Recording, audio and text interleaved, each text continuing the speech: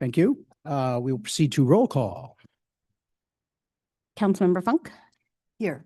Councilmember Newsom, Here. Councilmember Peak, Here. Mayor Pro Tem Daris, Here. Mayor Bourbeau, Here. all present. All right, thank you. Well, if you are attending in person, which I see there are quite a few folks in the audience this evening, or you're listening online, welcome. We will move to our consent calendar, which consists of items that are considered routine and non-controversial by staff and will be acted upon in a single motion unless a member of the council wishes to pull the item for separate consideration. And we will invite public comment on consent calendar items. So does any member of the council wish to pull an item? Okay. All right. We will proceed to see if there's any public comment regarding the consent calendar. If there is, please approach the podium. Okay. Seeing none, we will bring it back to the council. For motions, any council member have any questions of staff on any consent calendar item? Nope. With that, I will entertain a motion. A motion. I'll second. Okay. Motion to approve, the motion to approve. Motion to Consent approve, calendar. yes. Okay, we have a motion by Councilmember Peak, a second by Councilmember Funk. Roll call, please. Councilmember Peak, Yes. Councilmember Funk, Yes. Councilmember Newsom, Yes. Mayor Pro Tem Daris, Yes. Mayor Bourbeau. Yes, Motion passes unanimously. thank you. We will proceed on to updates from the city manager. Mr. Lewis. Yes, thank you, Mr. Mayor and members of council. Appreciate that. I have several things of note in our community, which is terrific. First of all, the annual Tamale Festival recap. Many of you were there. We've talked a lot about it, but I do have a new number for you tonight, and that is not over 140 vendors in appearance with 28 tamale vendors from our local restaurants. But some of you asked how many tamales were sold. The number is 25,000. That's a lot of tamales. Wow. Over 40,000 was grossed in adult beverage sales, with proceeds going to Friends of the Zoo. So we're waiting for a final number there, but that was terrific. And I appreciate council members for working on being judges in the Chihuahua and pet costume contest, the tamale eating contest, and the best tamale contest. So next year will be May 1st and 2nd. So save that date, always that first weekend of May. Thank you to Director Banish and her team and the staff who all worked to deliver a great tamale festival. This was probably the largest and best ever, and I continue to hear from people about it. This is one of those events that council years ago said that you wanted to do things like this to really enhance quality of life for our residents, but really raise the profile of our city, and it has worked. Speaking of that, El Camino Real project construction update, we continue. Is looking, boy, quite done. I had several texts over the weekend of people who got to park in the center of the street and loved it. For the rest of the week, you'll see a lot of crosswalk. That's the bulk of the work that's disruptive, is the crosswalk bricklaying. And it is a bit disruptive, but they're beautiful. And then median and landscape improvements will continue as well this week. The catenary lighting has begun, so you'll see the lights hanging from the wire, which look really beautiful, look suspended. They'll be beautiful at night. That'll be a really cool effect. And then work will continue in the median on El Camino between Traffic Way and Rosario. And there's some still electrical work we're doing there. The concrete rail that remains in the project should be removed by the end of next week. Actually, probably this week, but definitely by next week. So that'll be really nice, having those pulled out and having the corridor open. So that is what's going on the week there. And then let's see, then we have milling, grinding, new pavement, and striping will be occurring north of Traffic Way next week. So that'll look, quote unquote, done or finished, which will be really impressive for that part of the area as well. And then striping is expected to be completed by the end of the month. So we're really in the final throes of this thing. There will still be temporary detours and intermittently closed roadways when K-rails are being moved or when the metal panels are being moved for the crosswalk. So we appreciate people's patience, but we're really getting down to the end. And free parking will be available throughout downtown, as you can see. So we're almost there. Next, I wanted to share a big thanks to the people I get to work with in this building. Last week was Public Service Recognition Week, and it was really, really neat. We had our employees, we had a big ice cream social up here to thank all of them for the service they give, and we asked our employees to write down why they serve, and really cool responses. We had them posted at the front desk, kind of all taped along the front desk throughout the week. And then we also had several employees, our faces of the city, to share with our residents that we're people too, and we love serving, and we have preferences and families and things we enjoy. And so we shared those on Facebook as well. And I appreciate the community members who took time to say thanks and recognize our employees that work so hard for them every day. So to our team, happy Public Service Recognition Week. That was a lot of fun. Next, I shared with you a draft accomplishments brochure at the goal setting. We have uploaded that, and you can see that now. That is online. I really appreciate the staff who really have worked to put this together, and more so the council's vision and your leadership. This is a very impressive document of things that we were able to get done that have to really focus on serving and quality of life and building our community. And so this is online. You can scan that, or you can go to our website, and you can actually flip through it online. So Ms. Christensen and another member of our staff came across a little program that lets you actually flip through it like a book. And when you see a picture or something of interest that flashes, you can actually click on that and get more information, and it jumps to that part of our website. So really a neat, searchable record of our accomplishments this last couple of years, and turned out great. Okay, next week is coming up here is National Public Works Week. The Community Development Department is thrilled to celebrate Public Works Week, and so is the Public Works Department. I said that on purpose. So on Wednesday, May 21st at 3 o'clock, as you can see in front of City Hall, from 3 to 5:30, we'll be out there at the farmer's market with lots of cool stuff showing the tools and equipment we use for public works. And there's an old saying, the public works because public works. And so we appreciate them. And we'll be sharing about capital projects and all kinds of things. And hopefully we'll have a little bit about careers in public works. We have a lot of young people in our community that could work in our Department of Public Works. And these are really good jobs, paying $30, $40, $50 an hour with benefits and learning crafts and trades. And you spend your day improving your community. There's no better way to spend it than that. So please come out and learn about Public Works next week. Our Memorial Day ceremony is coming up on May 26th at 11 a.m. at the Faces of Freedom Memorial. This is always amazing. We have our flyover by Estrella Warbirds, Cal Poly ROTC, Central Coast Pipes and Drums, and the Welcome Home Military Heroes flag line. So just always a great day. The guest speaker will be Pilot Melissa Hughes, representing Women Air Force Service pilots. And so Kiwanis will have a barbecue following the ceremony, always a neat day for our community and to honor those who paid the ultimate sacrifice.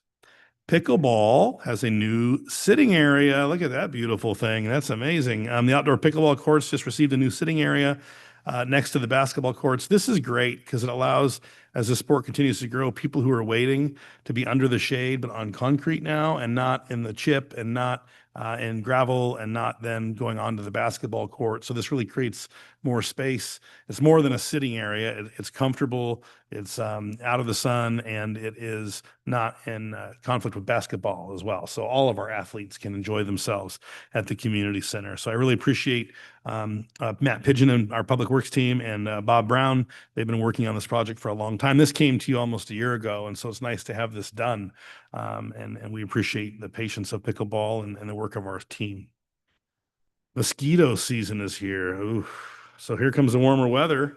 No one likes mosquitoes, so remove standing water sources around your property to eliminate mosquito breeding grounds. Please make sure you don't have water floating in flower pots, bird baths, your gutters. These are all areas now that the rain season's over where you can have mosquitoes hanging out. Put mosquito dunks in areas with standing water or other pest control. Those are available at our hardware stores and nursery stores in town. And really try and get rid of that standing water, really. It's super important. You can go to slocounty.ca.gov/pests to learn more. This is an interesting, next slide. Our city logo that we're very proud of was designed by Ken Goff. And Ken Goff was a member of our community for many, many years. And he passed away last week. And so I just wanted to honor Ken. Ken was very involved with youth and scouting, was very generous with his artistic ability. He would paint pictures for people, patches, logos, all kinds of things. Even just last month, he was at our district scouting awards event painting a picture that a lucky scout could win. So just till the end serving. And I know we're very proud of our logo. So I wanted to give a shout out to Ken and his family and the impact he had on our community. So may he be at peace. And that's what I have. If there's any questions, please let me know. A lot in the report. Thank you, Mayor and Council. Thank you, Mr. Lewis, and I really appreciate the work on the next to the pickleball courts. I think there was for Public Works, what they did to help get set up, and I think concrete was done by the pickleball club. Is that right? Yeah, very good. Good, another good cooperative effort in Atascadero. Does any member of the council have any questions for the city manager? Okay, all right, then we will move on. That next agenda item is community forum. And community forum is reserved for persons wanting to address the council on any matter not on the agenda and over which the council has jurisdiction. The Brown Act prohibits the council from discussing the matters not on the agenda, but the council may at its discretion ask staff to contact a speaker regarding an issue raised during community forum or ask a brief question of staff. Speakers are limited to 3 minutes. So, and please state your name for the record. So if anybody would like to speak at community forum, please approach the podium. Okay. All right, seeing no one, then we will move on to the next item, which is a management report regarding update on ECHO, El Camino Homeless Organization expansion and the neighborhood meetings that have recently been held. This item will be presented this evening by our Community Development Director, Mr. Phil Dunsmore. Thank you, Mayor and Council. Oh my gosh, this is much louder than I thought. The speaker. Well, it was about November last year, November 12th to be specific, that we held a hearing to evaluate an expansion of the El Camino homeless shelter.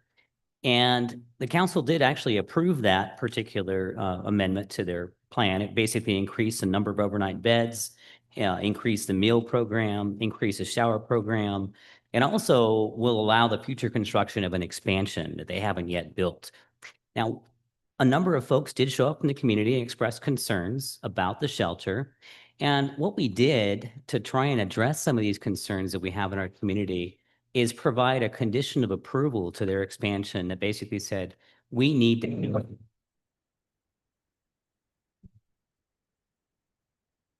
Okay. Oh, okay. Got through that. All right. Thanks, Luke. A brief pause there. Everyone take a deep breath. All right. Backing up just a little bit, as a condition of approval, we asked ECHO to hold community meetings and to expand their notification area. Well, I was fortunate enough to attend 2 of those neighborhood meetings. One was on January 25th of this year, and the other one was on March 13th of this year. And from those meetings, ECHO took a number of notes and came up with a number of features that could be adjusted to really try and help accommodate a lot of the community's concerns. Attached to your staff report is sort of some background minutes of those meetings and some of those action items that they intend to do to comply with not only our condition, but to really improve the relationship with the community and improve how impacts, may occur as a result of the shelter being within our downtown. I do know some folks are here tonight to speak on that. I do believe Wendy is here as well from the ECHO shelter. But that's all I'm going to provide with you tonight. And I think we'll hear from the community and hear from ECHO on some of those details, but I'd be happy to answer your questions. All right, thank you, Mr. Dunsmore. I will begin with the council, starting on my left with Mr. Peak or Councilmember Peak. Any questions for staff? Not for staff, no. Okay, thank you. Is that to say that you might have questions for the ECHO representative or? Okay, let's go through, see if we have questions for staff first. I have nothing at this time. Okay, Councilmember Funk? Yeah, I have a number of questions for staff, both not necessarily for Phil, but also for Chief Suttles. Because one of the things that I heard at these resident meetings, and both here and at ECHO, was residents, and we saw that in the minutes, that residents in the area had observed over the last about 12 years or so, during that same time that ECHO's been in this permanent location, that they've seen an increase in that period in drug-related trash and syringes and needles, that continues to be a challenge. And Echo moving is not the only thing that's been happening in that time period. Could you talk a little bit about what's been happening in illegal drugs and the challenge during that period? Briefly. Sure. That's like a 20-minute topic, but just. Right. Briefly, Yeah, yeah. it certainly could be a 20-minute Yeah. topic just because a lot has happened in the last decade when it comes to drugs and synthetic drugs versus organic drugs, if you will. Specifically, what we've seen is a large increase in the usage and the dealing of fentanyl. Fentanyl is probably the most challenging drug that we have right now.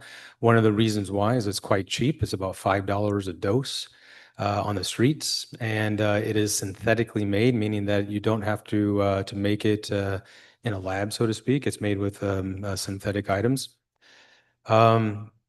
It's easy to conceal. It's very small. So we've seen over the last decade, I would say when I say us, I'm talking about law enforcement in general, nationally, a great increase in the use of fentanyl. And it's also a very powerful drug. And the reason why that's important to remember, it's very easy to get a hold of. It's very powerful. So we have seen a very large spike in overdoses as well. So it's something that's very challenging for public safety. So yeah, I think I'm answering your question is that it's just not a local problem. This is a problem that we're seeing in all jurisdictions. And it would affect all neighborhoods of the city and not just the areas around the shelter. That's correct. That would be accurate to say. Okay. Yeah, this is a big challenge. I know that everybody's working hard on it. Can you also address the efforts in encampment cleanup?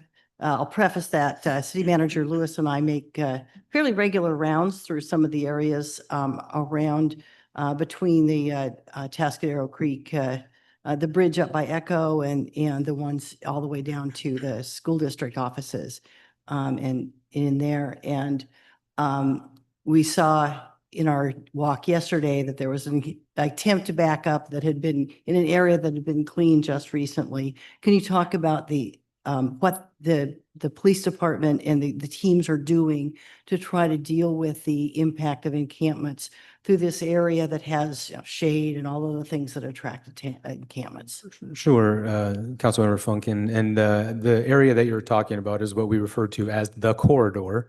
It's mainly our downtown area, and it's our main focus that we've been focusing on. And I say we by the city of Atascadero, even before I was the chief here, has been very proactive in ordinances, very proactive in enforcement, very proactive in finding different types of ways to enforce this and at the same time to provide services for those that are in need.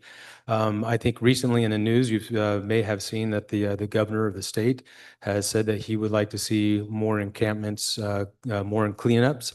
I don't think that you'll see much of a difference in our approach because we've already been proactive in doing that. I think if you have been paying attention, yes, you'll still see encampments, but you won't see the encampments at the size that they were a year and a half ago. Some of the encampments that we were finding in the downtown corridor were 30 plus tents. And when you have that much concentration in one area, the debris and the effects that it has on the environment can be a lot greater. So we're I shouldn't say never, but we're not going to be able to eradicate it 100%. But we can stay on top of it and continue to focus on the corridor. So like you said, you went for a walk and I would imagine based off of my discussions with our community action team and the Hour team, where these tents are is you really have to get off the beaten path to go find them. And when I brought those locations up to the team, I was pleased to hear that, yes, we know about those and we have a plan for cleanups. So nothing's been brought to my attention so far that the CAT team hasn't been aware of and already has a plan for. We do feel like we are playing catch up a lot of the times. We know we clean up an encampment only to find that we have to go clean up another one later. But I'm pleased with the progress that they've been able to make. Okay. And is one effort that the department has made is not just in outreach, but also in targeting the drug dealers who are selling drugs into the unhoused community, which, creates risks both for them and the community. Have you had success in arresting drug dealers? Yes, and that's a great point, and thank you for bringing it up. It's not just a single focus approach. It's a more of a multi-pronged approach. And that was earlier this year, earlier in November 2024, we set up a team called our Special Enforcement Team. And understanding that, there are drugs, there are substance abuse issues, but, at the same time that we're trying to provide resources to individuals, we also have to take into consideration that it might not be appropriate for the same team that's providing those resources to be the same team that's going out and trying to enforce drug-related, drug dealing-related charges. So we do have a special enforcement team for that, and you're correct in saying that we have had some successes in that. This team, it's interesting. You create a team to find something, and they go find it, and that's exactly what we've seen. We've had multiple arrests for drug dealing, not only in that corridor area, but just in the investigations that they've been able to self-initiate throughout the city. Great. Thank you very much. I'll also have a couple of questions for the ECHO team.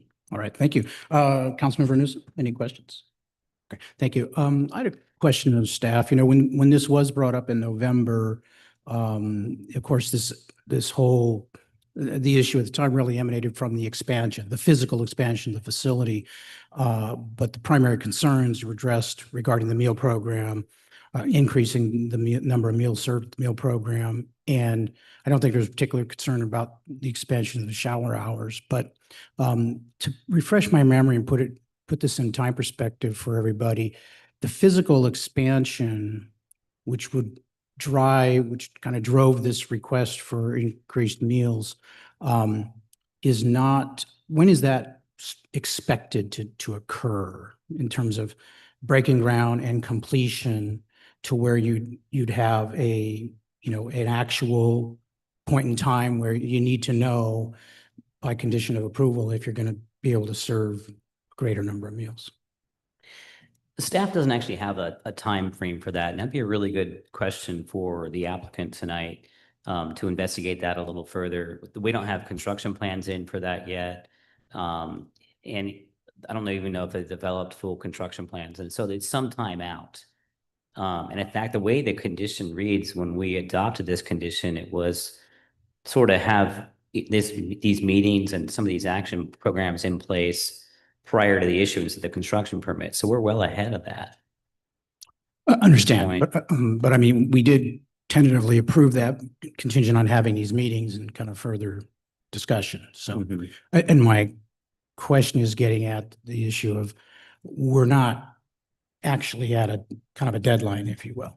Correct. Got it. Okay. With that, I would like to invite, if you will, if you're willing, Wendy Lewis, the director of ECHO, if you would come to the podium and be willing to, answer questions from council members. Yeah, absolutely. Thank you for having us here tonight and for trying to move this project forward. I just want to share some of the steps we heard as we heard some of the concerns from the neighbors and just kind of share a few of those that we were able to do and really try to really create that working relationship with our neighbors and trying to bring improvements. We heard that the meetings were very important, and so we had scheduled one and heard that a second would be helpful. So we actually did 2 neighborly meetings. We also extended how far out that we sent postcards to. So we heard that neighbors that were outside of our normal permitting list were also interested in sharing and discussing and talking about the project. So we expanded. We held 2 of those meetings. We had probably about 10 to 15 neighbors at each one, plus some of our board members and plus some of the city staff, city manager, the police chief came. And so really great discussions. Some of the concerns we heard was that corridor and activity of trash and things in that corridor. We have always had litter patrol in that area, but we increased that and really got a group of our residents who are in our program to consistently go out with volunteers and staff staff and really make sure that corridor looked as clean as possible for the community as well as in front of Echo. So there's definitely been improvements to that. We also increased engagement with some of the people that were kind of parking on the median out front to really help encourage people to not be parked there in the neighborhood, only come to the area for services at the appropriate times. And we did see improvement with that, but that was also a partnership with the CAT team and working really collaboratively. We also heard feedback. We have some of our meals are to go, depending on the circumstances of that person and their needs. We heard that the clamshells can lead to extra litter in that area. And so we actually severely reduce the amount that leave our facilities. And it's actually something that only happens upon approval through case management. So not more than usually 1 or 2 a night. When we met with the neighbors, they were seeing like 10, 12 go out. And so we've really helped to rein that in. We also have increased engagement opportunities with our outreach case manager outside to some pocket areas. We heard that there was a lot of activity. Some was near the park and ride by St. William's Church. And so again, we're just increasing the amount of times we're able to engage with someone, have a conversation, and bring them on site for appropriate resources at the right time. For the mayor's question on timeline of the actual building project, we do have state approved plans. So they have already gone through to the state. It's a unique project where the physical building is actually modular and the pieces are built off site. So it's a tandem opportunity working with our city planning as well as the state. So that process is in process and we have state approvals. We're working through some different plan check things at the city level. So once all that is buttoned up, we could potentially have a groundbreaking in the next 2 to 3 to 4 months. And the actual physical construction has about a 20-month timeline for building and assembling on site. So I'm happy to answer other questions that you might have. Thank you. Councilmember Peak. Yeah, so since I was there at the January 25th meeting and heard a lot from local residents, I still do. You know, we're on an email. We get an email update from some residents, and the police is on the email chain as well. And I don't live directly in the area. I live off Santa Lucia, but I do drive through the area almost every day. And you know, I can say that there's definitely been a visual difference in terms of like the cars being parked there and overnight camping and whatnot.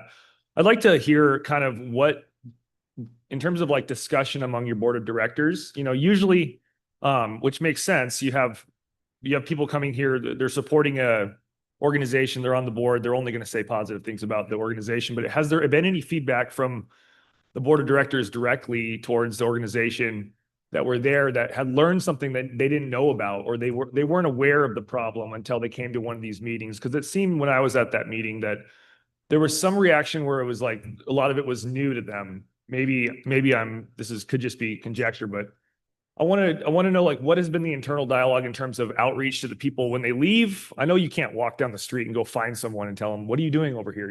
It's not your property, right? But in terms of like discussing the impact that they might be having if they're leaving and then they're going underneath the Atascadero Avenue Bridge and they're doing drugs under there and they're leaving crap in the creek, not crap, but trash or whatever. Is there any sort of coaching for them or any sort of repercussion, or not repercussion, but imposing on them that this is a detriment to our program? The public sees this and it is not good for Echo to have people do that. And they might not even be part of who's receiving, meals or any assistance from Echo, but they might be congregating with people that are, and humans are social. Of course, we're going to get together and if you're, out and about. So is there any sort of education in terms of the impact on the neighborhood to people that are receiving meals and other goods from Echo? Yeah, definitely. Those are part of the conversations that are happening on the median, as well as people coming for dinner, that Echo's providing these services to support you. So we need your support to be good neighbors when you leave in a non-loud manner, to be a good neighborly person as you're working through getting that support. So yes, great question. And yes, those conversations are happening, because those steps are steps that someone needs in order to get back into housing anyway. They need to make those improvements in their mannerisms and what they're doing in order to have those forward steps. So yes, those are happening. And so what is the zone of impact is pretty important. Everybody has a zone of impact. Every person has a zone of impact in your life. Businesses have zone of impact, how far they reach. Certainly Echo has a zone of impact in terms of traffic, foot traffic, car traffic, people coming in vehicles, bicycles, on foot to Echo. And it's hard to isolate in my mind where that is, because downtown you could have somebody over by the junior high camping in the creek. You'd have somebody over by the high school camping in the creek. They couldn't even not even coming to Echo. So it's hard to say who's coming. I understand that it's difficult to say all these people are because of you guys, right? But where's the is there an understanding among the organization, among the board, that there's a definite zone of impact around Echo that wouldn't have existed if it wasn't there? I'm not saying that, tomorrow let's pull it out. I'm just saying, is there an understanding and like a willingness to say, yes, there is a zone of impact because of Echo that affects the neighborhood? Yeah, I think we all recognize that by having our services in an area, there will be impacts. And so Echo works hard to minimize those impacts to the best of our abilities. So conversations with the clients, conversations when someone parked on the median that might not even be coming for our services, we're still engaging with them, encouraging them not to be parked there, to not to be congregating or hanging out in that area. So yes, definitely recognize that our services do bring impacts into a neighborhood. And that's why we really strive to do all the things that we've talked about tonight and continue to work on to make sure that zone of impact is minimized. And I think Babette DeCue cloned that term. So I think that we give her credit for the zone of impact. I think she was the first one that shared that. So. One more. And then in terms of, I think last time I was in the audience in November, or if it was when I was after I was sworn in, we were talking about the meal program, and that on a nightly basis, we have a certain amount now, and it's not always fully met. And not all the residents, they might be at work. They might not take the dinner because they're at work. So they have dinner where they're working, or they take something to go from where they're staying. And so not every resident is always eating at Echo, correct? Correct. And we do have people that are not homeless that maybe just down their luck that come to get free dinner, and that's accessible to them, right? Yeah, so that open meal program is open to housed people as well as people in our Sure. program, and then unhoused people that are on the streets. Totally. But I think that when we were talking about it before, is there, do we have statistics? Like, do we keep a tally, like a graph or something we can see in terms of residents, non-residents, just like a demographic of who's getting, because I know in the notes we have, it says 50, 25, 25, and that seems like a suspiciously round number to me. So I wanted to just kind of see if there's like some sort of data, because I think, correct me if I'm wrong, but we were talking about how the meal program, although it's asking for an expansion on it, we're not really hitting the cap now. And the way that it's set up now, even with the new beds being constructed, it would still be at or under the cap on an average basis, based on how many people come to eat there on a nightly basis. Yeah, on an average basis, we're not even close to that 80 that we're at right now. When I was leaving, I left about 5:45. I checked the numbers, and it was 42 people had signed in. They do let us know if they're someone who is housed. We obviously know if they're a resident or unhoused, so we do track. I think that snapshot of the 50, 25, 25 was one particular night. I think when it was when Mayor Bourbeau came out and visited, we looked in real time. But yeah, we do track those numbers. They're not something that we use for a certain type of reporting, but we track that internally just to know who's coming, how many case managers should be down there, depending on the population that we see. I think the number would be really useful for both sides, for and against it, just to see, if we see a big influx of like problems or complaints from the neighborhood, you can back it up with, we could back it up with some data in terms of like what's real and what's perceived. I also lost my train of thought. We can come back to you. Yeah, please. Okay, let's go ahead and go down the line. Mayor Pro Tem Daris. All right, thanks. I won't be long. Thank you, Wendy, for all. I appreciate all the efforts that you put forward to work with the city and the surrounding neighbors that are impacted, and, the city in general, really. You kind of answered my question already with, one of the biggest concerns is the trash that's left around that could be coming from Echo. We don't, some of it is, some of it isn't.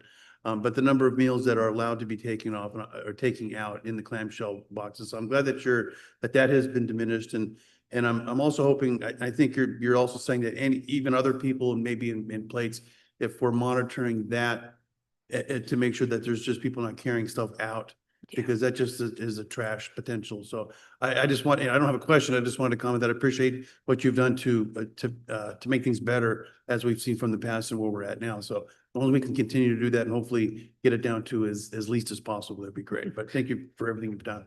Appreciate that. We are also tracking the poundage of how much litter.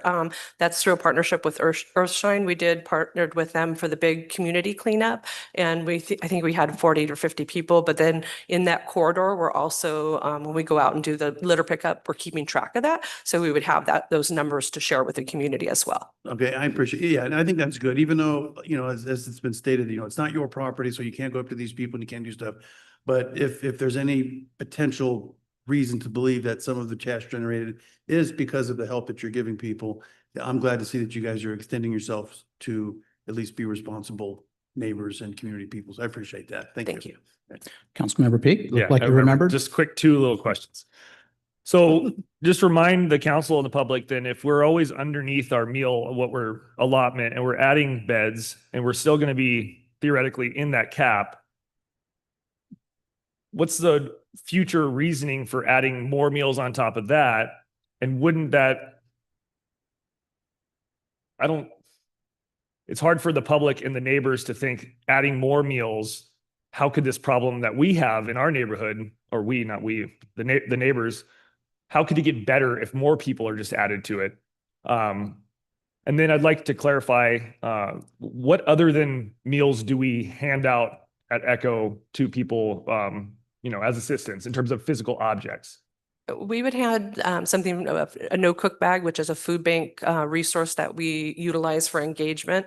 We would give changes clothing if someone comes and they're cold. We have through our community donations, we have jackets and things like that.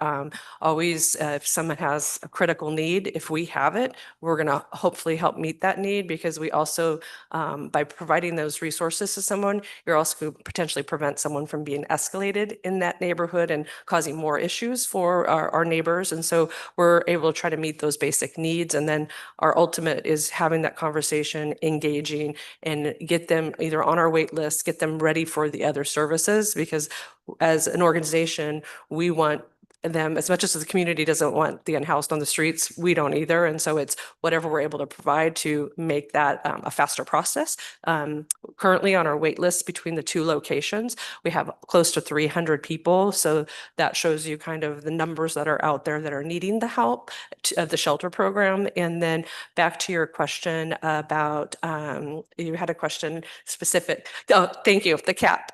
So we, when we open up our conditional use permit, during the process, we have always been encouraged by the city to, the time we open it up, to put kind of what's potential out there, so we don't have to come back and go through this process and take city staff time and all of that. So that's if we're adding those 30 beds, what could it look like? We don't necessarily have a way to predict. There really isn't trends but we just wanted to be prepared for if people show up. We do see providing food as an engagement and also helping to keep someone's basic needs met so they aren't escalated within the community and the neighborhood. Thank you. Councilmember Funk. Yes, thank you.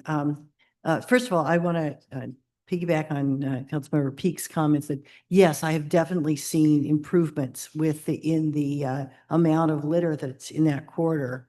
And it's probably also the cleanest neighborhood around a high school anywhere in the county.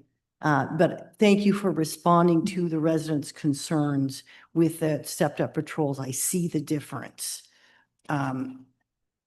I wanted to check, you mentioned that you've got 300 people on the waiting list for this. And that the meal program is part of engaging people so that they will come in and start on that pathway back into permanent housing through other services, through the permanent services of the shelter. Could you tell us how many people you've placed into permanent housing so far this year? Yeah, so last year in the last 2 years, we've exceeded and passed record numbers. This year, we're outpacing those records. So we've helped 190 people so far this year in our shelter and outreach programs, as well as our homeless prevention. And so we are continuing as an organization. That is our goal. Everybody deserves housing, and we are there to support someone. And one of the stories that recently we did on our success stories on our Sunday successes on our social media was someone specifically who talked about his journey of being in an encampment for 10 plus years. And when we posted it, people from the community recognized this young man from the community. And his first point of engagement was coming to Echo for a dinner. And he shared with us that that was the critical step, is actually coming onto the campus for that meal, seeing that there are people that want to help and support him, seeing that there are services that can help, and also getting him to a point where he saw himself as worthy, as deserving the help. And he is now housed within your community and also participated in the cleanup day. He was one of the folks that came out as a housed individual, now came out to support not only Echo, but supporting the community and the cleanliness of the community. Great, thank you. Could also, one of the things, because the whole goal of this is to get people out of the creeks and neighborhoods and into permanent housing where they can be productive members of our community and be the kind of neighbors we want to have. And can you talk about your success rate of the program and how that compares to what's typical in the industry for the overnight shelter model? Yeah, so we, because our model is so different, and we really are giving someone that stability of the 90-day program where they have the place at the shelter that they can leave their belongings. They're not having to navigate the entire community and having more belongings and stuff out in the community. They stay with Echo. They have that same bed.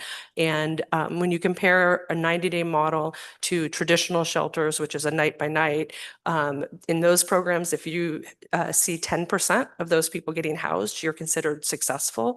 Echo averages 50 to 60% with people that are coming into the 90-day model. So it is definitely a model that works. We also track, once they're in housing, that what is that recidivism? Are they showing up at Echo 6 months later?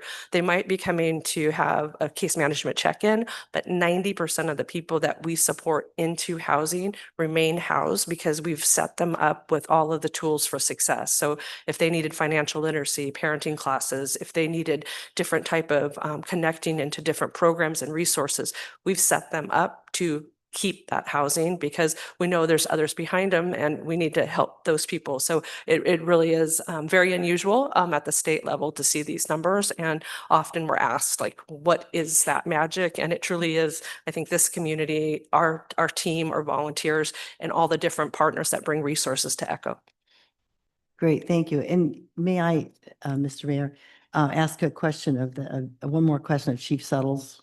Oh, Well, sure. on that, and that's one thing that we noticed, city manager and I in walking around yesterday, that the shopping carts that are showing up now in the downtown corridor are not black ones anymore. They're yellow ones, which means they're coming from Food for Less instead of Vons, because Vons has implemented controls, physical controls on their shopping carts.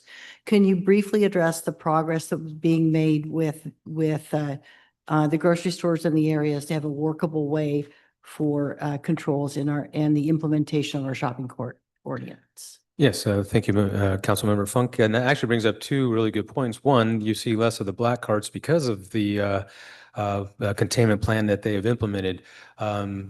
With Food for Less, one of the things that we've required them to do is to also give us a containment and retrieval plan, and they have given me that plan. And their plan includes also an electronic cart containment system. They are in the process of determining which system they're going to go with, and and going through the process of making that happen. They have their own corporate that they have to go through, so they have their wheels that turn slowly as well. So they have been in contact with me. They have given me that plan, and so once that is implemented, I would imagine that we'll see less of the yellow carts as well. Great, thank you. Thank you. Councilmember Newsom. Thank you. I appreciate what you've been doing in the area. It is noticeably different. It's nice to see it sometimes when you're driving through and have it cleared out. I too am getting the emails, as we all are, the chain of what's going on in the neighborhood. Excited to know that the neighborhood is participating and actively notifying us and keeping us abreast of the things that are going on in the area. I do have a question about the neighborhood lighting. I noticed that St. William's is lit up like a used cars lot in the middle of the night. And that neighborhood corridor also is very well lit. Is that something that's been recently implemented and that's helping keep those areas not heavily populated? I know they have strobe lights and some other things in their parking lot. I think that is a tool that I had never really put those two together, but yeah, I do think that is a tool. The lighting helps one for safety, but it also helps with just monitoring. But if it ever affected negatively the neighbors and they provided that feedback, we'd be happy to look at it. But I haven't had any negative feedback about it, but I do think it's a helpful tool. Okay. I wasn't able to participate in the meeting because there was more than two of us. So I'm reading through the notes, and in there you had indicated that you are asking about housed and unsheltered. Can you explain what unhoused is and unsheltered is? Yes, yeah, the terminology, right? So unhoused is somebody who is living on the streets who's unsheltered. So when we take those notes, so a resident would be someone in our program. So we track that number. And then we also we have housed people who use our meal program to help with food insecurity. So we have many people that come for dinner that is senior living down the street, that meal is the only sense of community they get for that evening, or the young mom down the street who brings her kids because they get meals maybe elsewhere, but that dinner is, they don't have enough to stretch for dinner. And so housed is someone within housing locally, unhoused is someone on the streets, and then residents or people in our program. Okay. In the minutes of your meeting, you had indicated that some people are supplied with tents if it is a prevention to loss of life. How often are you providing tents, and are those that are in the tents in the creek related? So we spoke pretty transparently at the neighborhood meeting that we have been asked that about tents, and we see that as how it can be problematic, but we've made the decision, especially in North County, if someone doesn't have that and is going to freeze, we are not going to allow that in our community. But we have worked with the police department and found different types of tents that were less visible, as they encourage people to go in less visible areas. It's kind of working collaboratively on that to not make it as much of an eyesore as it might have been. But all the tents in the community are not coming from Echo. There's just a small handful. Okay. I wasn't sure how many have actually utilized those in our area. They do. And one thing I'd like to mention from when you mentioned the emails from the neighbors and that kind of chain, we also, whenever we see that, I'm also a neighbor. And so I make sure to, on my way to work, to look and make sure, and figure out who from our team can go out and help and have a conversation. Or if it is, trash or something, we send someone outside of our litter time just to make sure that we're trying to be as neighborly as we can. But we do take those seriously, and I follow up with them and engage with our team, or potentially they engage with a resident who might know what's happening, to help those conversations as well. You've been very proactive. It's always nice to see you answer those questions for us. On the tents, I know in the past, the medical facilities, hospitals have asked people if they have a place to stay, and if they don't, some out of the area have been providing tents. So a lot of people don't realize that people are looking out for the unsheltered and their welfare. I just was curious. I didn't know you guys even provided tents. The next question I have is do you feel like you are a better organization because the community is now coming together and being accepting of your open door policy and working to help us solve this as a community and not as just one person? Yeah, I think we definitely were able to learn from the process and really, we'd always met with neighbors and had conversations, but having it be in this process made it where I hope they felt more heard and that we did see things and address things. And as you mentioned, the corridor does look a lot better. Is there still room for improvement? I think we can all keep working on those pieces as well, but there have been progress, and we're happy to be part of that progress and do our part going forward as well. And going forward, you said your next meeting is in June as well? I'm sorry, can you repeat that? Your next meeting is in June. Is that your next forward progress? For a neighborly Yes. hood meeting, we don't have the next one scheduled yet. Oh, sorry. I thought I read in here, it said it was the next meeting was June. Perhaps that was our meeting. Okay, and then the last question that I had was, no, there's all these notes in here. I can't even see them. While you're looking, Councilmember. Dear Lord. You're right. So it did refer to June, but then we thought about bringing this in June. However, we were able to bring it a month quicker, and just with the discussion in the community, we thought it'd be better. But you did read that. It was this meeting we thought would be in June in the minutes, but it actually was tonight. Okay, so they just had the requirements of the 2 meetings, and then going forward, what are you implementing? Every 6 months, every 3 months, what is the next set of community So outreach? Currently, it would be every once a year, but we would also, if there's neighbors reaching out and they need something outside of that, we're happy to look at that as well. So we're open to having feedback and saying, hey, we do need to meet again, but in the use permit, it's 1 year. And I do have to give the city manager a huge thank you. The initial meeting date that was going to be in May, that's my 34th wedding anniversary. So he was kind enough to move it up in order to, I'm going to be out of town and it was important for me to be there. So thank you so much. Happy anniversary, and thank you for your time. Thank you. Couple of quick things. Again, you mentioned 300 people on a wait list. Now, obviously, those folks are not participating in the meal program, or at least not the vast majority of them. They've applied to become part of your 90-day program for getting back into housing, but they're somewhere else in the community. Yeah. Okay. And then in terms of the numbers of people, just this rough, 50, 25, 25, if 25% of, on a given night are unhoused, but not, they're not currently residents of Echo. They're not coming from down the street for a good meal.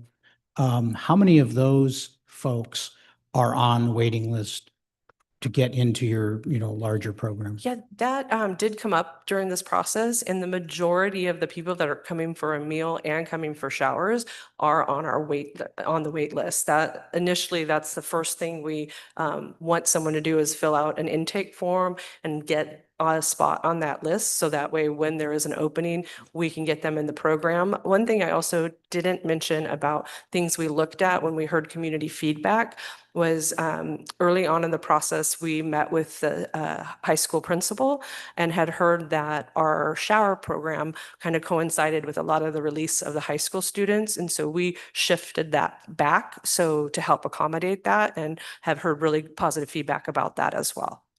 Right. Thank you. Because I think, the underlying concern is that if we have, and you don't have a limit on the number of days somebody can partake in the meal program without signing up for your longer term services, right? No, because Echo's, it's the core of what we do. That meal program is the core of what we do.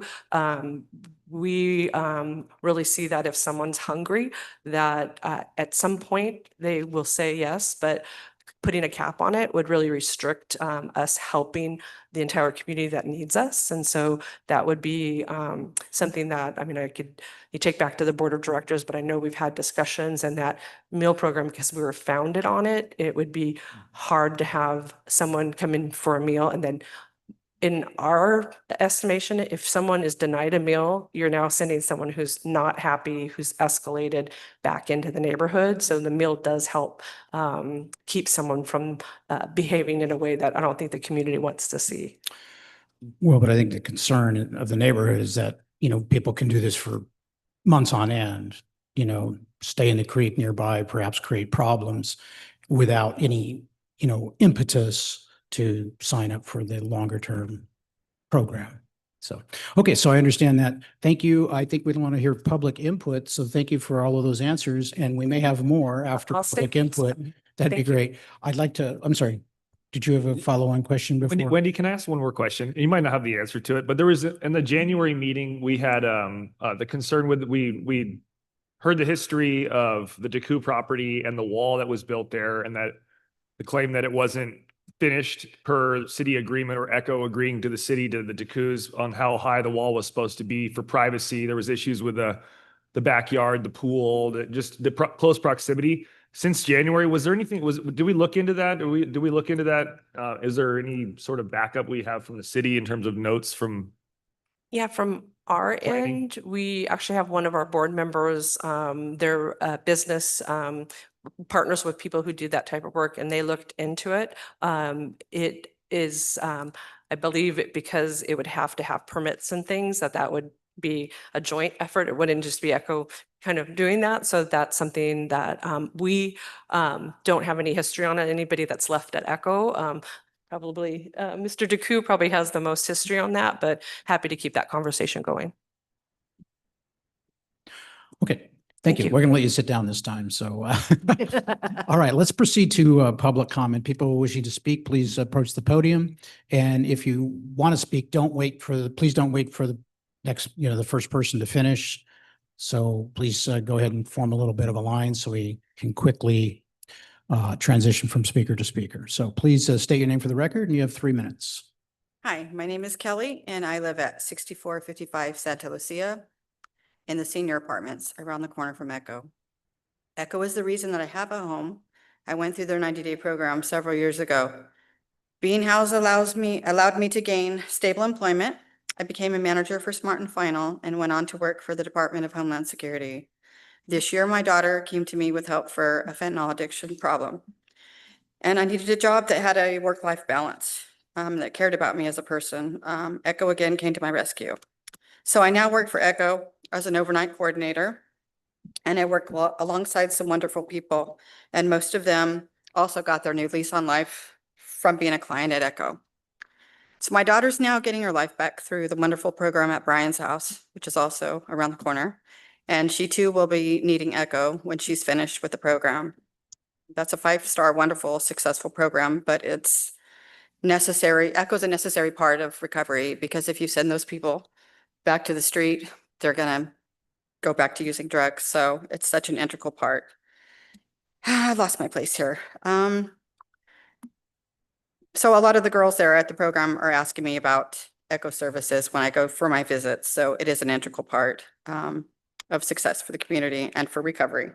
And I think it's a beautiful thing that Atascadero has so many entities working together hand in hand to better the lives of this vulnerable population, both drug addiction and unhoused people.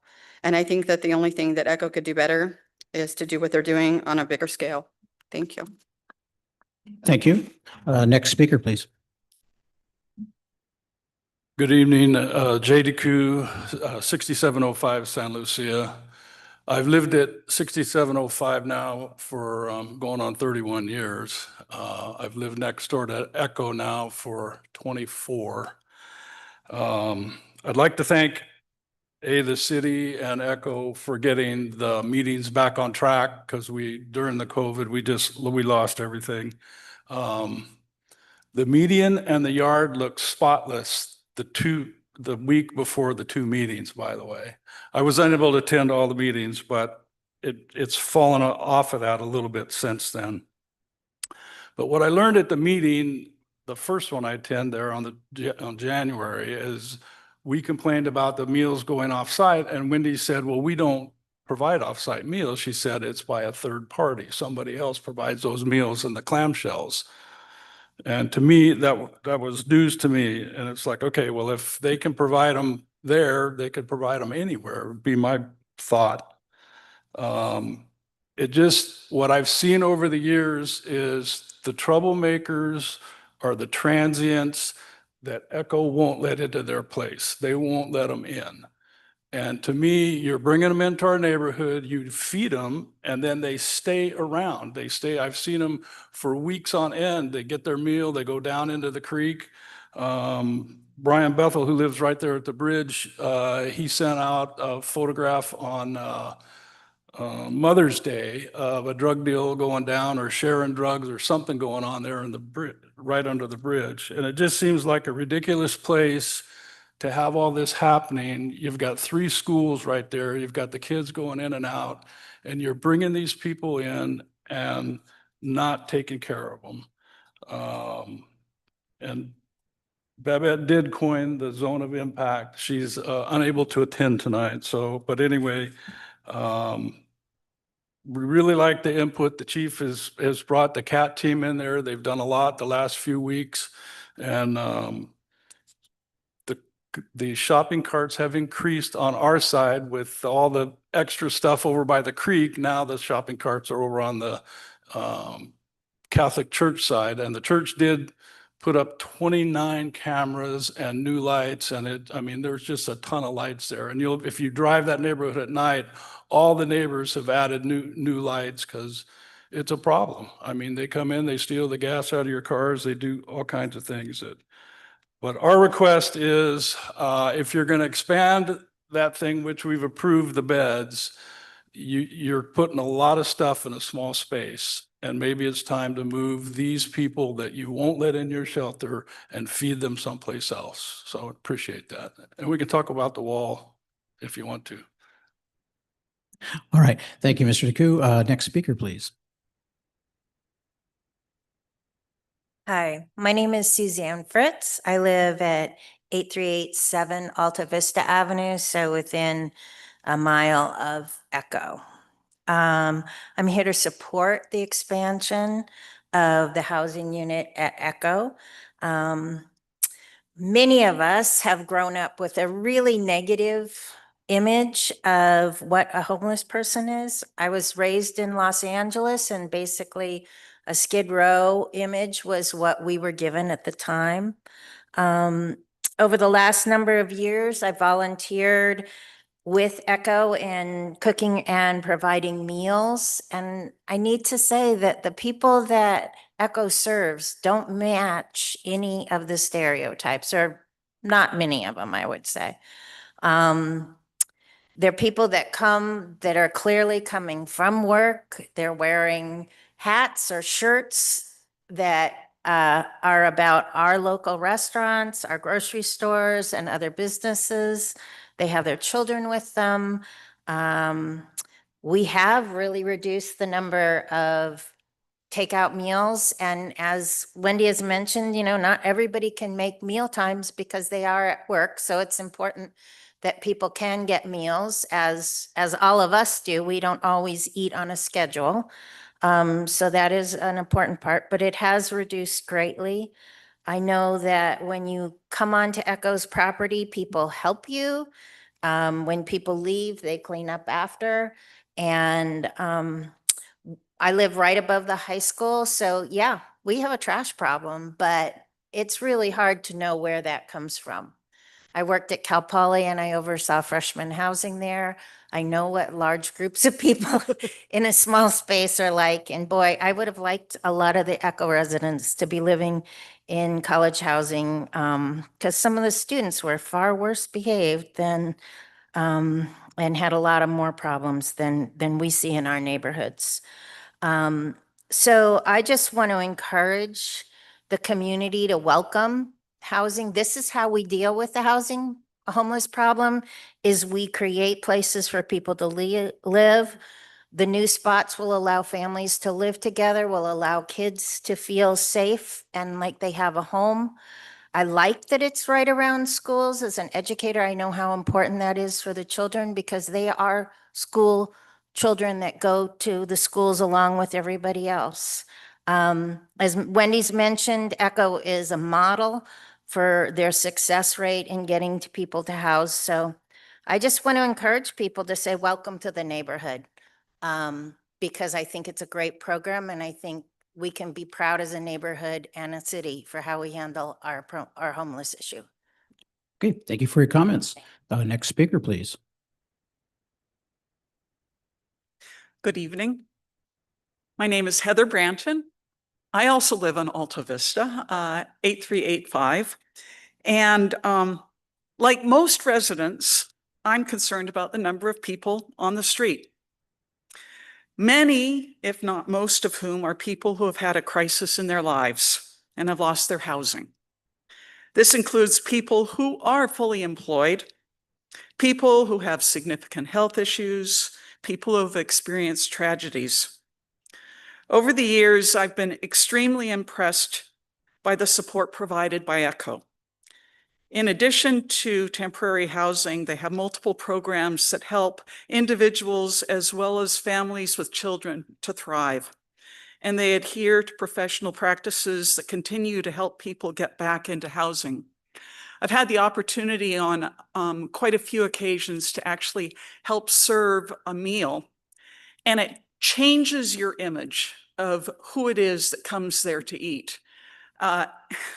Both in terms of what you see, as Suzanne said, it messes with your stereotypes, but also to offer people something to eat and to experience the gratitude is extremely profound. And if you haven't had the opportunity to serve a meal there, I invite you to do so because it's a pretty incredible experience.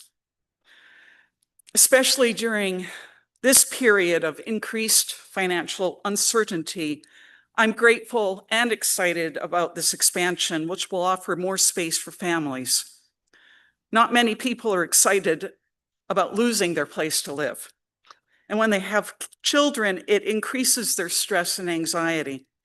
It seems to me that having a separate space for families to stay is good for everyone. And feeding people is just basic hospitality.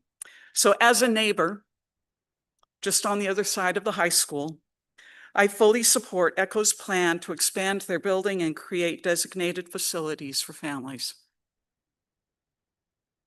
Thank you. Next speaker, please. Hi, my name's Linda Stewart. I've been a Atascadero resident for over 40 years and became a ECHO volunteer in 2016. I started as a meal provider, and the meals are provided to anyone in need of a meal. Often it is their only opportunity for a meal during that day.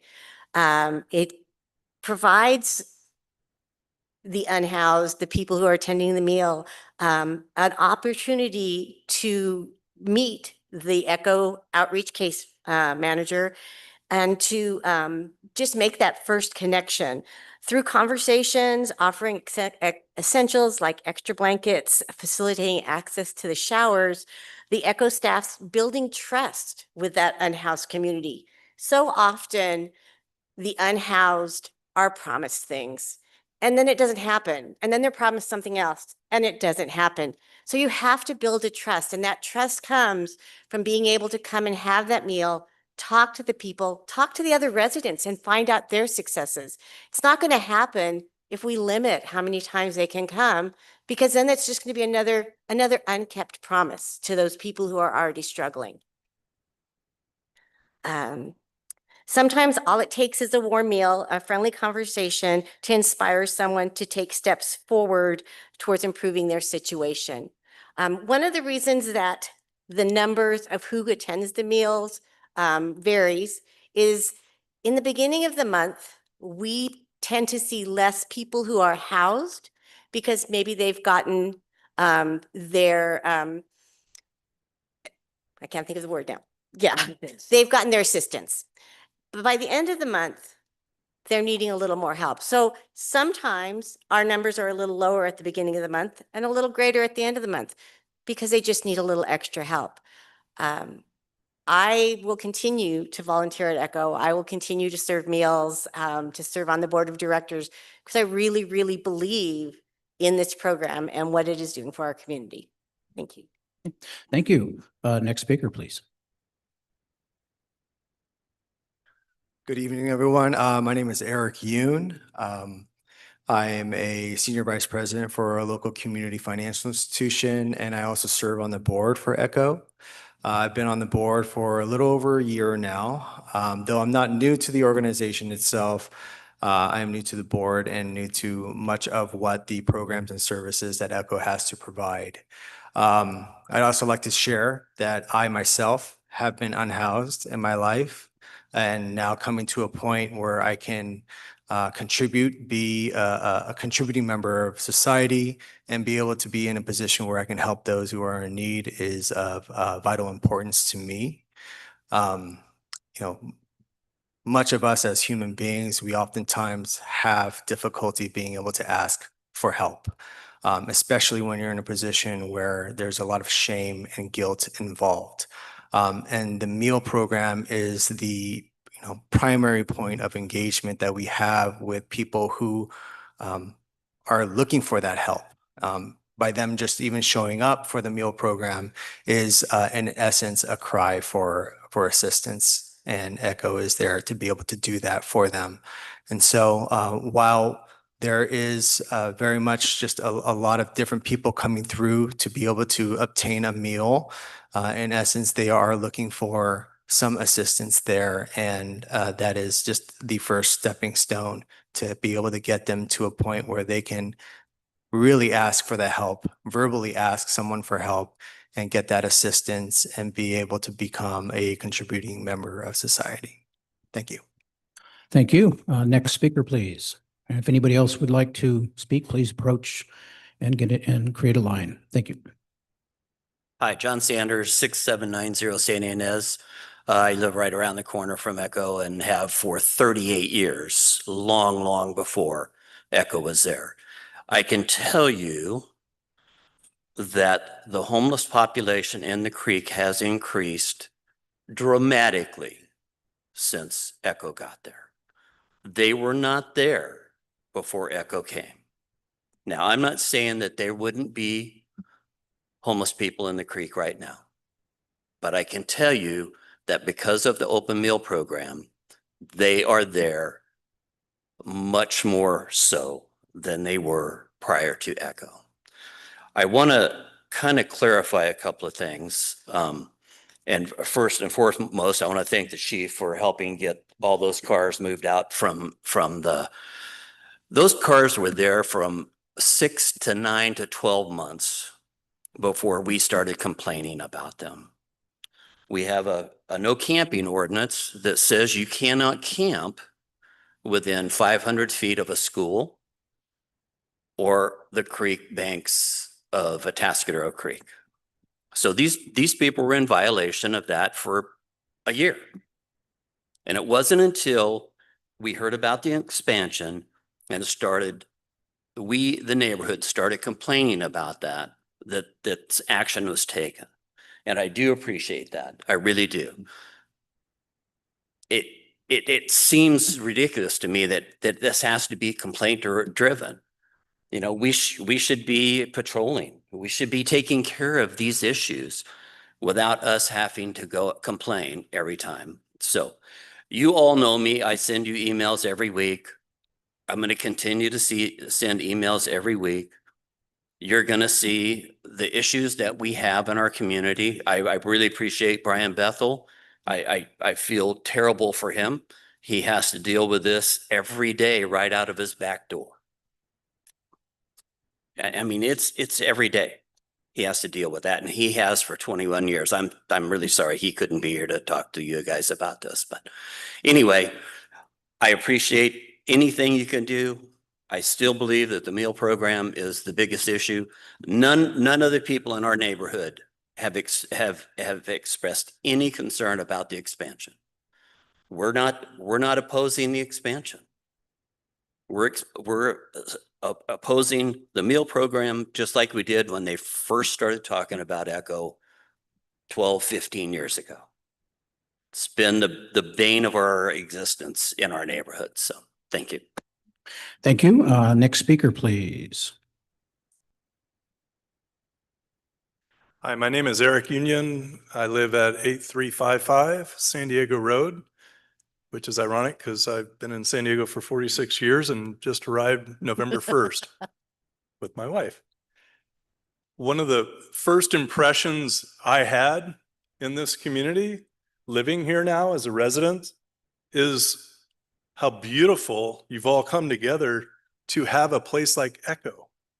Completely blows me away. Coming from San Diego, the #1 climate city in the world, there's a lot of people experiencing homelessness. Yeah.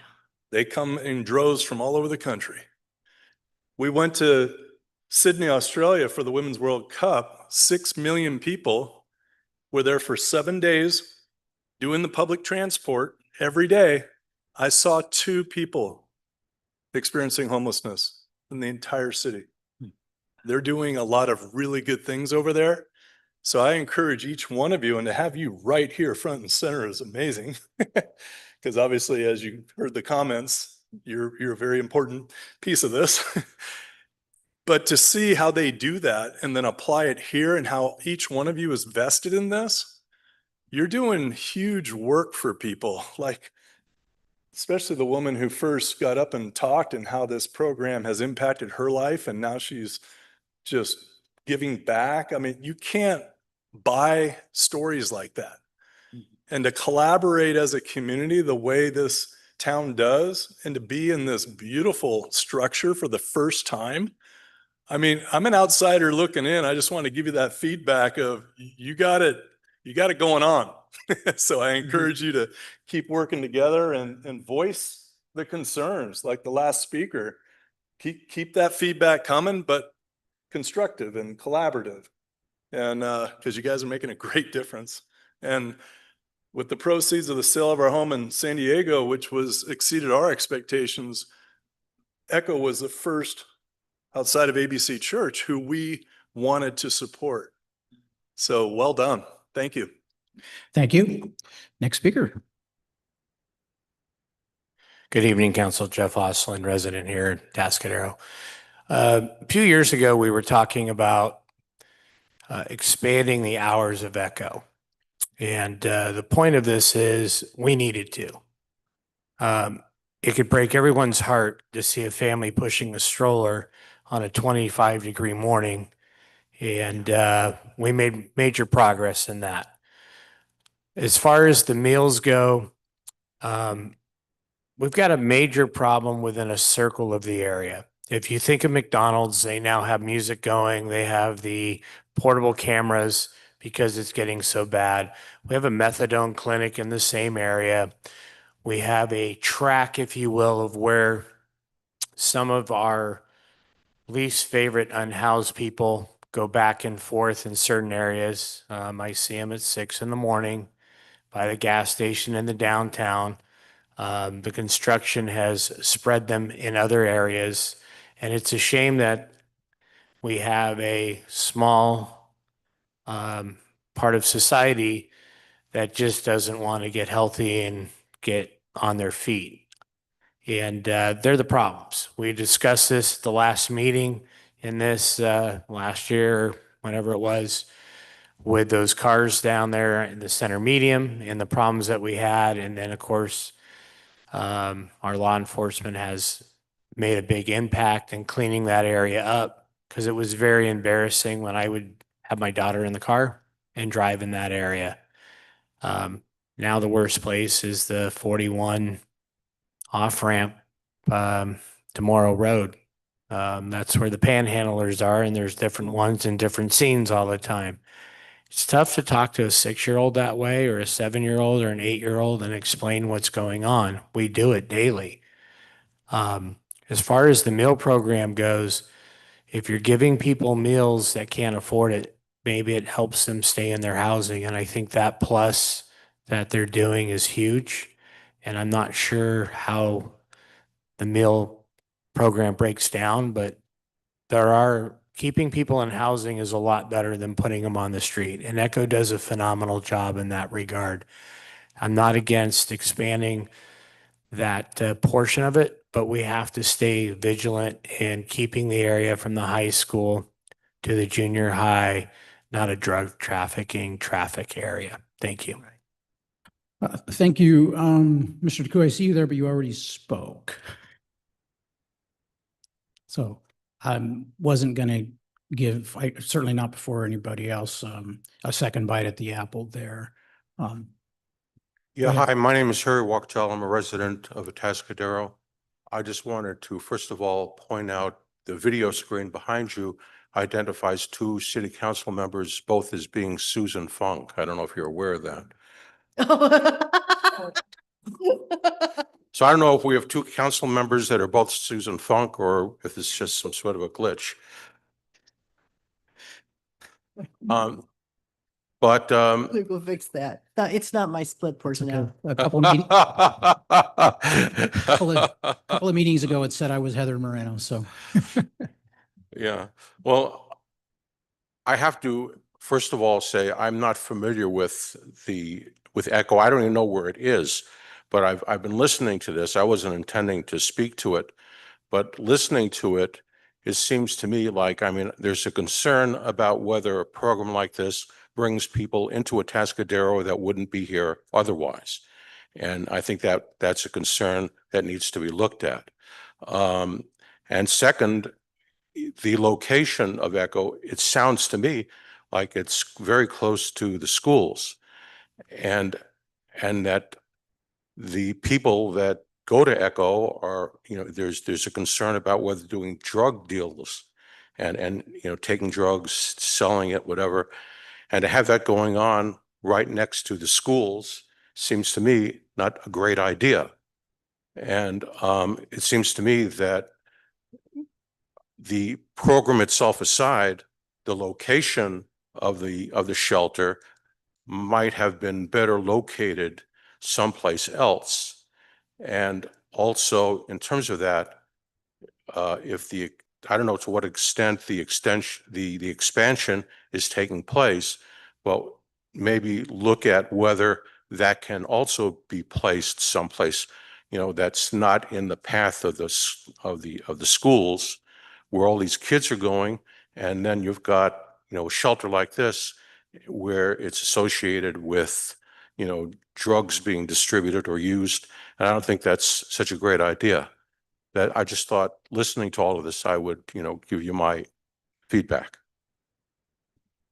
thank you. Anybody else who hasn't spoken wish to speak? Okay, Mr. Ullrich. Thank you. Dan Ulrich, San Ynez Avenue, Atascadero. I didn't realize, and it's my own ignorance, that this was going to be a speaking opportunity, so I don't have anything prepared. I want to reinforce what John Sanders has said and what Brian Bethel has sent to you all. And in my mind, we all support what Echo can do. That's great. But the issue has been the open meal program and its effects on our neighborhood. So the city has encouraged Echo, has supported Echo financially as well as, morally, forever. So it's time for the city then perhaps to reallocate funds for greater enforcement opportunity, greater ability to keep some of these areas clear. I see what Brian sees, and I see quite a few other encampments that it's incredible in a day how much property can be brought in and established. And I don't know what the budget is now, but maybe that's where it needs to go, is that the city wants Echo, the city supports Echo, then the city needs to support their side and put the money where their mouth is to help keep the neighborhoods clean. Thank you. Thank you. Anybody else wishing to speak? Okay, I don't really want to give you another bite at the apple, Jay, but if you can keep it 10 or 15 seconds, make a point or ask a question, I'll let you do it. Good approach. I'm sorry. Go ahead and approach, but I mean, I'm not going to give you a full 3 minutes, but I'm sorry, I'm tired. I'm not going to give you a full 3 minutes because you already spoke, but if there's something you want to say very briefly. But two things. I mean, one is I could address the wall that Seth was asking about, but at one of our meetings, the neighborhood group is not saying, don't feed these people. What they're saying is feed the ones that you won't house someplace else. So when asked directly at the meeting, Wendy said we could do it. It's just not very convenient. So I understand that. But anyway, we're not saying don't feed them, but do you want to talk about the wall? You want your wall question answered right now, or can I wait? Okay, got it. All right, thank you. And thank you for being willing to address that. Okay, with that, I am going to close public comment and bring it back to the council for discussion and if appropriate, guidance to staff. So I'll start down here. Well, actually, I'm going to start the other direction. That's what I usually do, is reverse direction. We'll start down here with Councilmember Newsom. Now that I know who I am, tells you we look down on the bottom of them cameras to look at ourselves. It's, yeah, one of the challenges of after COVID. We get multiple cameras. Thank you, Luke. I know it's really hard to have your community struggle and to watch people every day struggling to feed themselves and provide for themselves. And it's even harder to watch those deteriorate, knowing that there are resources and services and caring population that sits in here every day advocating for them, but yet they can't get themselves pulled together enough to take that assistance and have a better life. What I'm hoping to do is that having this conversation over and over again is allowing us to come together and solve some of those challenges. Maybe one day those people will walk into this building and say, you talked about me so much that I am motivated for a change. Because the resources that we do have available and the love and the compassion in our community makes us a better community that a lot of people want to live in. And I think having more dialogue than less and meeting regularly every 6 months would be my recommendation. I am a communicator and I think we can solve a lot of our challenges before they fester. And I think a year is a little much. So I'd ask on the CUP that we all come together and have a more frequent conversation if it's needed. We enjoy getting the feedback so promptly that we're out there on the streets making a difference. And so thank you for those that are sacrificing their extra time to really make a difference in someone's lives when they will not do that for themselves. Okay, before we proceed, I want to point out where, kind of where we're at on this. We, in our November meeting, we approved the expansion, which nobody objected to, so they really don't need to discuss that. We approved the additional hours for the shower program, but we also conditionally, we approved at that time this expansion of the meal program based upon the expansion of the facility. And so if we do nothing, that's, the path we're on. The expansion will be built, which everybody's for, and the numbers allowed in the conditional use permit for meals will be increased. So what I want each of you to address as you make your comments is, is that okay with you that we just stay on that position as we, as ECHO proceeds with the physical expansion, or do you wish to address the meal program, the conditions regarding the meal program in any way at this time?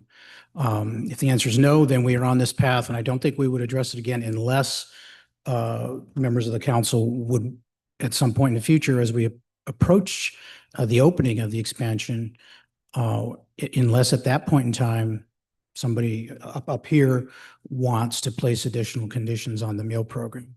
Because right now, as it is, this was tentatively approved in November. So I'd like each of you to address that as you make your comments. Jim, on the expansion, did it already have a 6-month or a 1-year on our approval? In terms of the meetings, the meetings, Yes.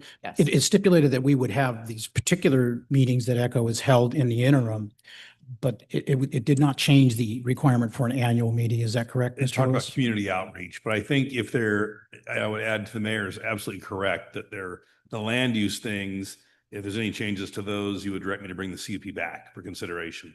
On things though, council member, like where you think we should have 2 meetings a year, if there's concurrence of that, I will make sure that ECHO does that. And I think for their CUP to continue, they'd probably be happy to do that. So there's feedback you can give me that I can implement on your behalf, just like staff direction, as opposed to opening the CUP. But the mayor is correct. You would reopen the CUP if you wanted to address any of the things that were contained in it. But not community outreach, because we asked to have 2 meetings just to see how the public felt and making sure that we got back on track to understand.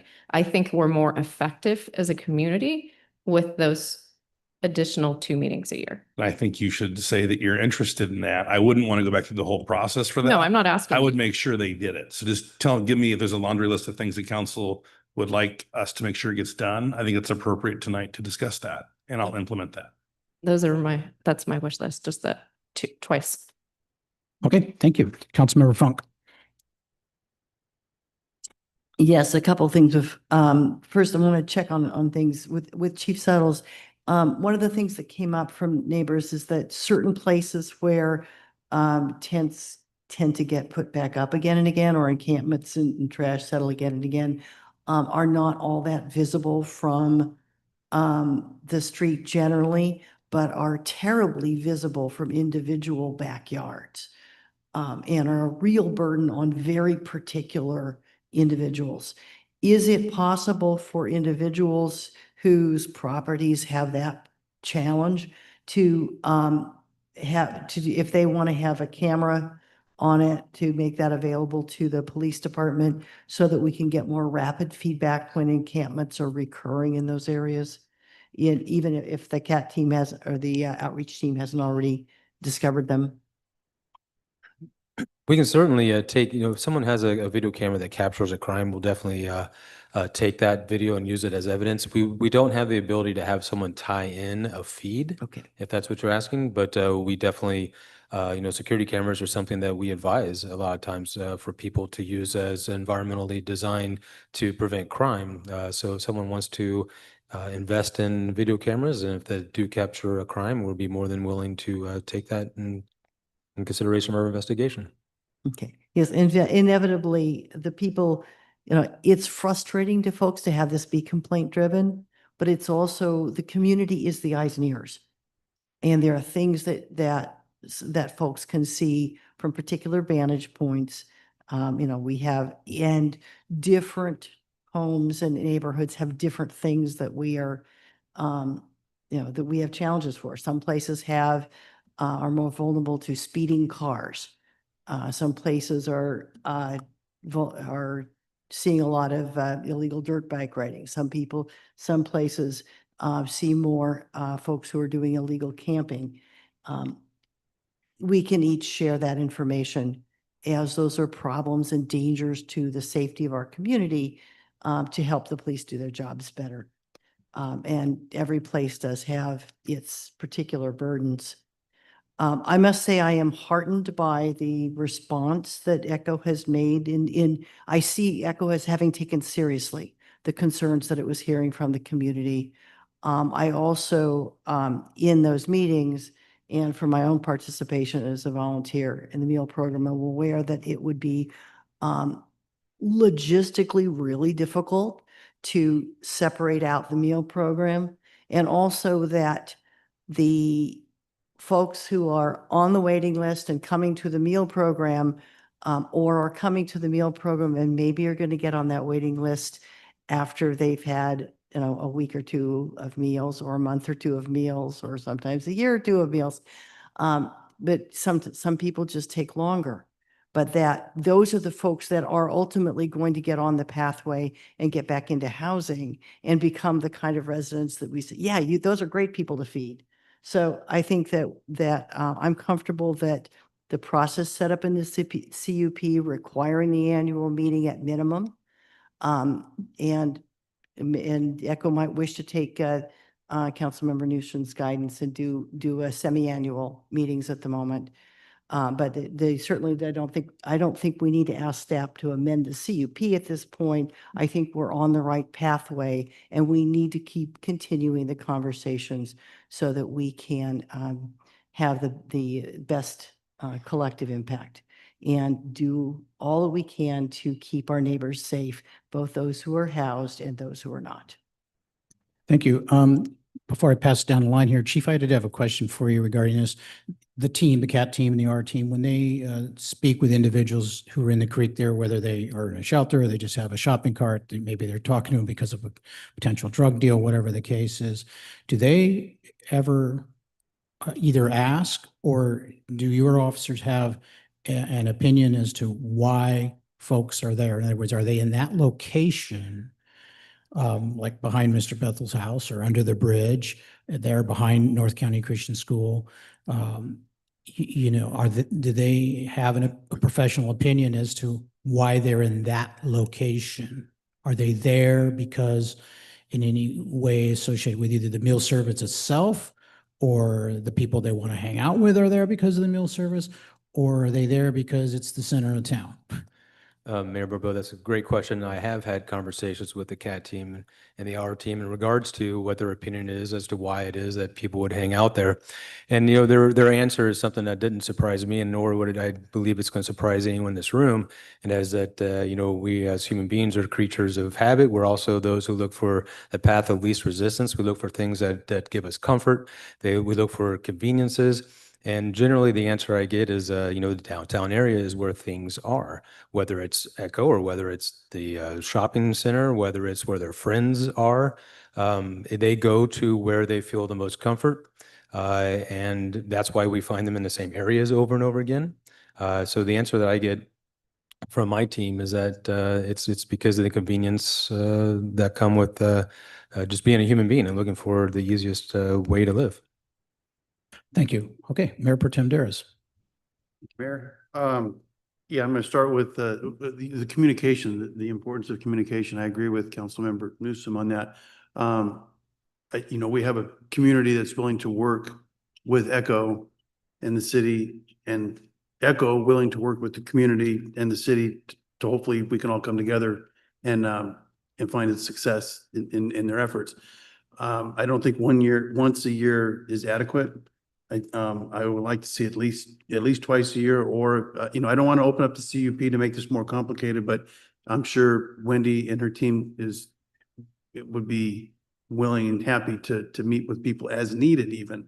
But if we could at least, be assured that at least a couple times a year, there will be a meeting. And if for some reason things change drastically where they need a meeting, more than twice a year, I think that would be important too. So as long as everybody's amenable to that, I'd be happy to hear that. On the issue, I think Mr. Sanders, if I got the right person back here with the white T-shirt, what he expressed about the homeless camps, are in other places where they're visible and they get moved out. And Chief Suttles, I know, as you said, we are proactive in moving people along. I know Governor Newsom said that he was going to do things to make sure that we can rectify that issue as well. I'd be interested to see what kind of resources he's going to be able to provide to communities like ours to make it less of a burden for us, for you, or for your team to do that. But on areas that are, say, less, as it was stated, less visible to the general public, but to houses like Mr. Sanders and others, how often is your team, is the CAT team going in these areas? I mean, I know we see them, say, behind Tent City, or in certain areas of Atascadero, and you see them right away, you move them along, they go someplace else. But in areas where maybe the general public isn't seeing, and even team isn't seeing it because it's behind somebody's house. If we're not going back there, is that something that we can patrol or monitor more regularly to make sure that they're not behind residents like that? Councilmember Daris, that's an excellent question. And I can tell you that, one of the things I would push back on is that we do patrol. We are patrol based. We are also unfortunately, that we are a complaint based entity. That's just the way we operate. We have to decide where we focus our efforts. We do have limited resources like any other entity. Through the last year and a half, we have really started to focus, like I mentioned earlier, on the downtown corridor. Doesn't mean that we don't consider other areas, but that is our major consideration. I can tell you that many times when something is brought to my attention as a chief, because as you can imagine, I spend most of my day behind a computer in an office, but then when someone comes and tells me that they have seen an encampment and where it is, I will go and talk to those on my team that take care of that. And the typical answer is, yes, we're aware of that, and it's already on our list to be taken care of. For example, earlier this week, an encampment was brought to my attention, and exactly what happened, I brought it to the attention of our team, and they told me that, yeah, we already have that scheduled to take care of on Wednesday. Yes, we do focus primarily on the downtown area, but it's something that has happened that over time we've learned where we need to focus our efforts. Okay, thank you. I mean, I would just like to see if it's possible. I know especially these areas that are impacting residents that are right up close and personal versus driving down the street and seeing them underneath the bridge. That's, we still want to see that either, but, and I understand that, the limited resources, and I hope other people can understand that as well. But if we can, have, you guys, I think you guys are doing great, but if we can focus a little bit more on that, I think that would be helpful, I'm sure, to some of the people out here. So thank you, Chief. Appreciate it. Councilman Feet? Yeah, we do, I think, either have plans where we spend about $100,000 a year in just junk removal. I mean, the city does spend a considerable amount of money on third-party junk removal. The police aren't going there with trucks and in their blues and moving trash out of the creek. So the city does have that as a budget line item. Whether extent that increases in the future, that's just a point of fact right there. Just want to point something out. When you said if someone had a camera in their backyard on the creek, you said if they caught them doing a crime, that would be something substantial. But isn't camping in the creek a crime? Councilmember Seth Peak, thank you very much for that question. Yes, it is a crime, but I guess what I'm trying to indicate that is if somebody has something they want to report and they have video evidence of it, that we can take that in. I think what I was trying to illustrate is that we don't have the ability to have a live feed come in.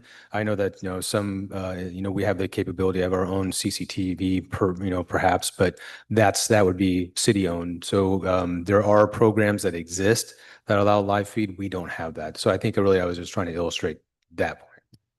Sure. I'm in support of what Echo does. I'm in support of the beds and getting people into the program and getting them housed and getting them jobs and all the different programs they do.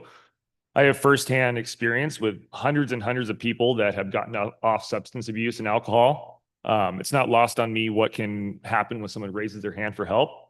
I also do know that there's a large population of people that when they're not ready for that, they become a major problem anywhere in the world. I mean, in a house, domestic violence, homeless, roaming around. I think a lot of these people that are problems in the city, either because of mental illness or drug abuse or alcohol abuse, they're attracted to people that are also on the street and trying to get help. So it's like, it's not lost on me that some of these people aren't associated with Echo. I think sometimes it's just, people are going to gravitate towards other people, right? I love what the program does for people to get off the street. I love that we have a waiting list of 300 people that are raising their hand. I think it's great. I think it's great that people eat and when they're hungry, they get fed. I think we can have the CUP without immediately, correct me if I'm wrong, without immediately saying we're going to raise the meal program right now. I mean, is this something that we can look again in the future? If we're not meeting the threshold now, we're adding 30 beds in the next few years. Certainly, does this go into effect? Like if this goes into effect before the thing's built, the meals don't go up right away beforehand, right? And then I'll finish my point if you want to answer that. It's not, it happens. Their permit allows them to increase meals to the point that it has allowed. After the second building's built. Mr. Dunsmore, is it tied to that?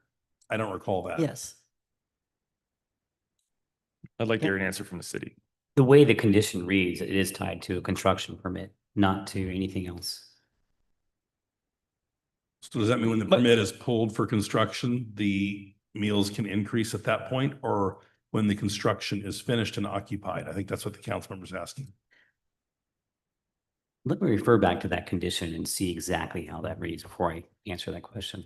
Take me just a moment to do that while we're still continuing our discussion. That was an item of discussion in November, because I certainly felt that it certainly should not go into effect until the physical building is completed and the additional residents are occupying the building, because there would not be a reason to ask for more meals prior to that increase in occupancy. I'll be surprised if that's not the way the condition reads. Can I just finish my yes, point? Go ahead. So I don't see, I mean, we see a lot of improvements with the center median parking, you know, but the illegal camping near a school and near people's homes is not, it's kind of coming in waves back and forth. And with the nicer weather, we're going to see a lot more of it. I'm just not convinced that adding that many more meal programs right now, or even in the future, we don't have a clear, like, real solution to the neighbors' concerns. Besides, you know, a little bit of litter patrol, a little bit of coming together and talking about our issues, there's not really, until we see a lot more like cooperation with what we can do as a law enforcement team to those that aren't asking for help and are not eating, but also are in the area, combined with what we're like, some clear solution. I think just adding more people to the mix that aren't staying at Echo or aren't coming to Echo, raising their hand. I just see that problem getting worse if we just say, yes, we can do the build out and we can add these meals, when we don't have the hard set data of like, we're hitting these numbers every night with meal. We're turning people away. Can we come back and apply for this thing? And look, the neighborhood's cleaner. We don't have as many issues. I don't like granting anything for years out. Like, here you go. And then 3 years from now, it's just the problem's worse. Can't we just figure out a way to say the build can happen, but the meals can't expand, or we can reevaluate it down the road? Well, thank you. I think, I mean, that was kind of one of my premises in the November meeting, is we didn't really need, in my opinion, at the time, we didn't need to address the meal deal until we got closer to the completion of the building and the increased occupancy that we need. Because we're not, I don't think anybody up here is complaining about what Echo does and what they, No. I think it has to do with, yeah. I think it all boils down to the meal thing. I mean, nobody needed to talk about the expansion. Everybody's for the expansion, and the other things it involves, the meals, and are the meals, is the meal programming essentially an invitation for people to come into the neighborhood and then hang out in the creeks behind people's homes. And I mean, the police department's been doing a good job of increasing the efforts to move along illegal encampments, and the moving along illegally parked vehicles. But it just over the last weekend, I mean, you see numerous shopping carts in the creek, and congregation and new, tents, shelters going up. And so it's the reason I asked the question of the chief is it the meal program that is drawing that? The logical inference, and I think the neighbors would think, yes, that's the case. I don't know if that's, I don't know if that's hard and fast true. It makes sense to me that it would be true, but I don't know that. I think what I'm hearing here tonight, though, is certainly not a consensus to reopen the CUP at this time. I know we as a city, between Echo and the programs they do, and we as a city, by enabling Echo to do those in that location, we collectively are inviting these folks into the neighborhood. And, one neighborhood of our community that then bears the brunt of, the bad behaviors associated with some of these individuals. So, and I think that's what the neighbors are frustrated about, that they've lived here, some of them for decades, and they, just when they might feel it's, safe to leave something out in their backyard, then they lose that sense of security again, perhaps, and, limits their enjoyment of their property. And that's the underlying problem. Now, Echo can't directly solve that problem. They're not the ones who can write citations. They're not the ones that can clear encampments, but, they have to recognize that they are, in effect, the enabler. And as are we as the city. So the question is, do we as a council, right now, we have a condition in place that it will increase the meal program. Are we comfortable with just leaving that as is? And what I heard from three was let's don't reopen the CUP. And so I kind of feel like, okay, that's where we're at this moment. As we do get closer to the completion of the expansion, we'll see where, where it is in terms of neighborhood complaints and the issues the neighborhood has to deal with. And what else we can do as a city. I mean, we've talked about, can we limit physical access to the creek there and the ability of people to congregate under the bridge on a daily basis, or do we need to increase, patrols? But all of this puts a burden on, on city for enforcement, because Echo can't go off site and say, hey, you're blowing it for everybody by hanging out here. They can have those conversations on campus, but they can't do anything off site in that regard, really. It falls upon the city. And the question is, what, if anything, can we do for the neighbors, essentially the long suffering neighbors of this neighborhood? And this is a conflict of two goods, a good program that helps people who are down versus, neighbors who have a right and a reasonable expectation of full enjoyment of their property. And it's always easy for people who don't live in the neighborhood to say, hey, it's a great program. What's the problem? But, I don't worry about my bicycle getting stolen out of my courtyard. I don't, worry about finding drug paraphernalia in my bushes. I don't have to. They do. And the question is, the underlying question is always, are we inviting that into the neighborhood to the detriment of this one neighborhood? And is there anything we can do about it beyond just greater enforcement? So, I mean, I'm ready to leave it as is at the moment because of what I'm hearing up here on the dais, but I'm not comfortable with it, to be honest. I'm not comfortable with increasing the meal program. We do have a clarification on that. Mr. Dunsmore, do you want to give that? Yes, thank you. Based on the minutes, actually, which is on page 247 of your staff report, you'll note that in the middle of the page there, under the minutes, the action from the council on the November meeting stated that the maximum on the meal program shall be 100 persons, occurring effective on the issuance of the certificate of occupancy for the expanded shelter services. Got it. And that makes sense, or made sense at the time. So, go ahead. May I add a comment? The direction I'd like to see for staff is to come back to us in say 6 months and tell us more about the combination, the tough love work, the combination of outreach and enforcement. And the very practical things. I mean, what I see, this council has asked for the investment, has invested in the officers to do this work, and to make sure that we can have a community in which all persons who are housed as well as unhoused can feel safe in this community, and to support the quality of the neighborhood. So there would be a good time to hear back about the shopping cart ordinance and how that's working. This is one of the efforts we've made.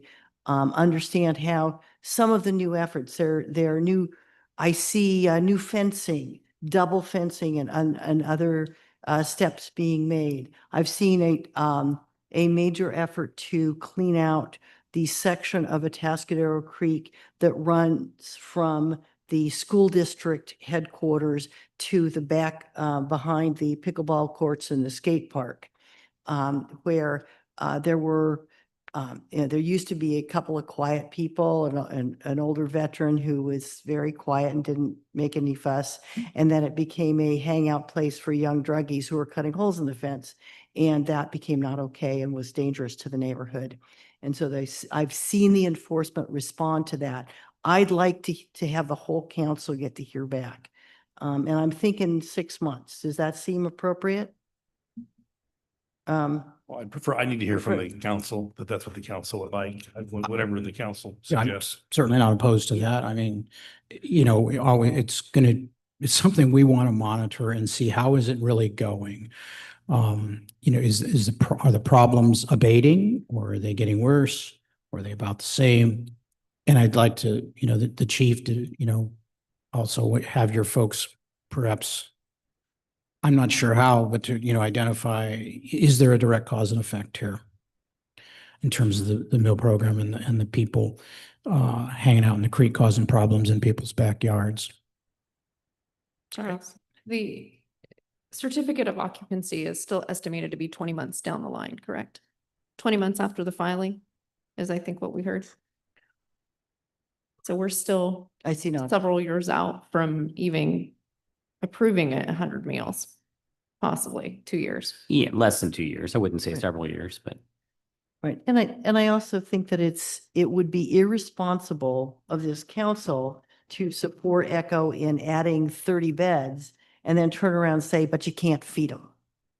That just doesn't make sense to me. So we've taken the step of saying, once those things are expanded, the maximum number, once you've added the 30-bed capacity in that family unit, that an additional 20-bed maximum capacity could be added to the meal program, knowing that some people are working night shifts and other things that aren't always there. But that if we expand, if Echo expands capacity so that we can get more people off the streets and out of the burdensome to this neighborhood, and start moving more people into permanent housing, that they can eat. Well, I think we're going to address those things in six months from now. But I mean, to me, there's not a one-to-one correlation there, because, if Echo has 100 beds or they have 150 beds, we're not going to say you can't feed those people. You can feed as many people as staying there. The entire issue here is, and always has been, the number of people who are not staying at the shelter, who are not signed up for services, who come repetitively for meals with no immediate or medium-term intent to take services, because those are the folks that people perceive, and I believe correctly so, to be the problem. Nobody, I mean, the neighbors, nobody ever said, hey, the people staying at Echo are the problem. So I think, I mean, if Echo could, have 200 people stay there, nobody would have an issue feeding 200 people. It entirely boils down to the issue of the meal program for non-resident, unhoused individuals who are bringing some problems into the neighborhood. Small number of them, just don't want to stereotype, because many of these folks are just looking for help and are not causing problems. But there is that element, and that's what the neighborhood has to deal with. And I think ultimately that's what we need to potentially address. But I'm willing to defer it, at least until a 6-month period. Like you said, let's come back with some more answers. Let's see how things are going. And we don't need to open it up and redo it tonight. Okay. Is that clear enough for the city manager? I'm seeing nodding heads here. Okay. Yeah. Okay. All right. With that, we've given the guidance to the city staff. I thank everybody for their comments this evening. I know it's not an easy topic, but it's why we're willing to spend the time doing it as much time as we did talking about it. So, okay. With that, we will move on to our next item. Could we do a short break? Yes, a short break is in order, I believe. Thank you. So the bathrooms await. So we'll take what time is it here? 7:58. We will return at 8:05, 7-minute break.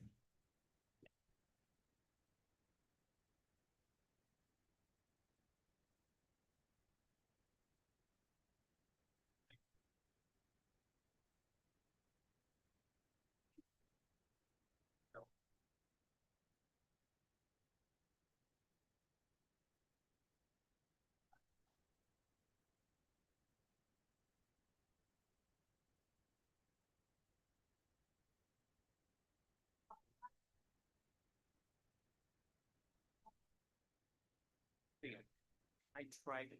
Oh, you do. Let everything. I really do. Yeah, but I really do. I'm afraid of it. No, it's terribly hard to. Not some. Can't believe, but so I heard it.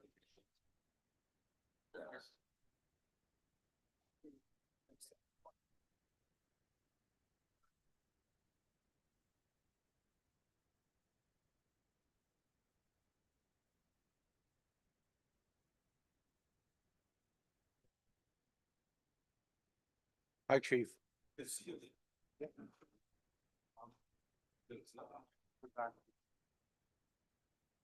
this one.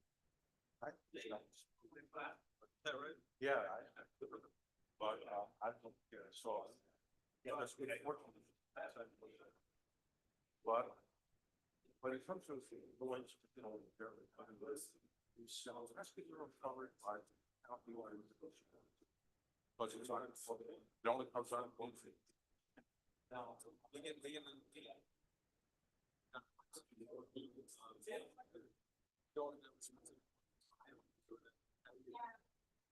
you think, of course, there's county ordinance? Okay, well,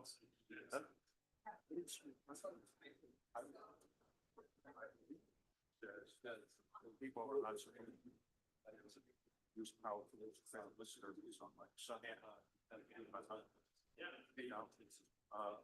One or two Sundays stuff that by someone. Plastic glass.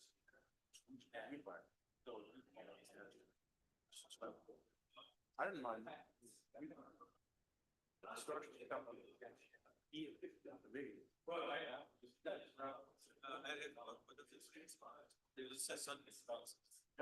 I think Sundays are all the table. Right. But even so, I mean, that's my race.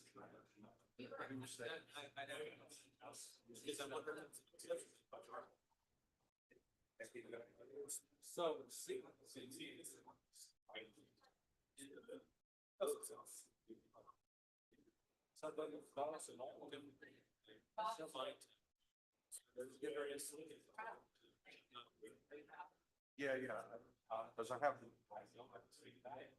I looked at it right now. You know, but I mean, it would seem nice.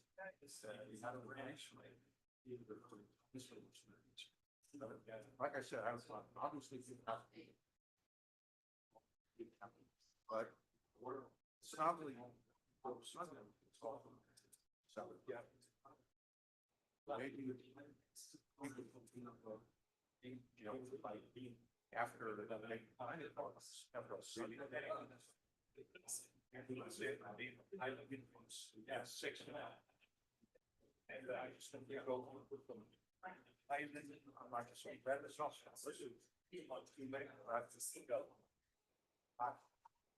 And so I know about. I think that probably, you know, a lot of people don't speak up. And like the bottom. You can't have, I feel that you can't be that important. I think that, you know, like I say, even like Easter Sunday.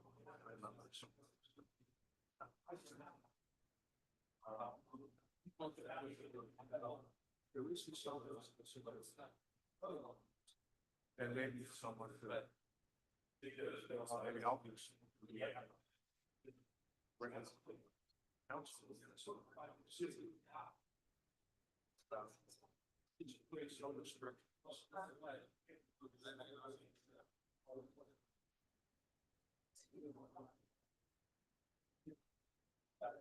So you gotta feel all the sheep.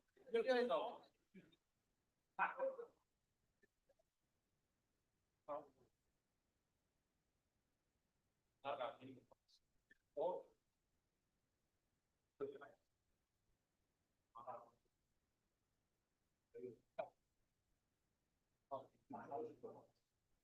Yeah. Good point. Well, this whole surprise. Everything about that. I have to go further. I don't see any thought out that. Yeah. I just think. Yeah, it might be getting the light on.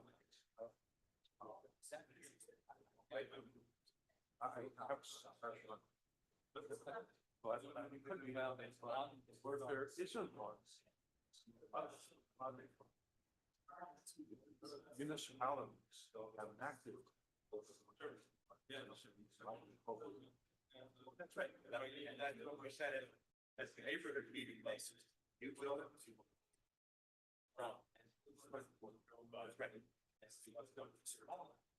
As to whether or not.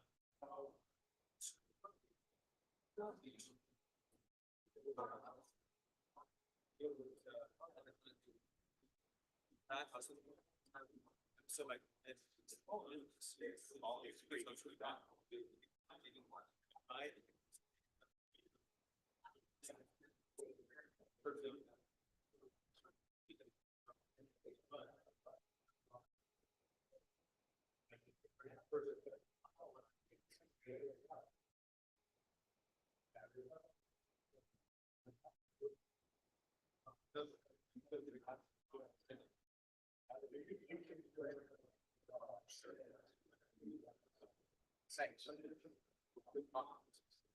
Wait, yeah, right, right, yep.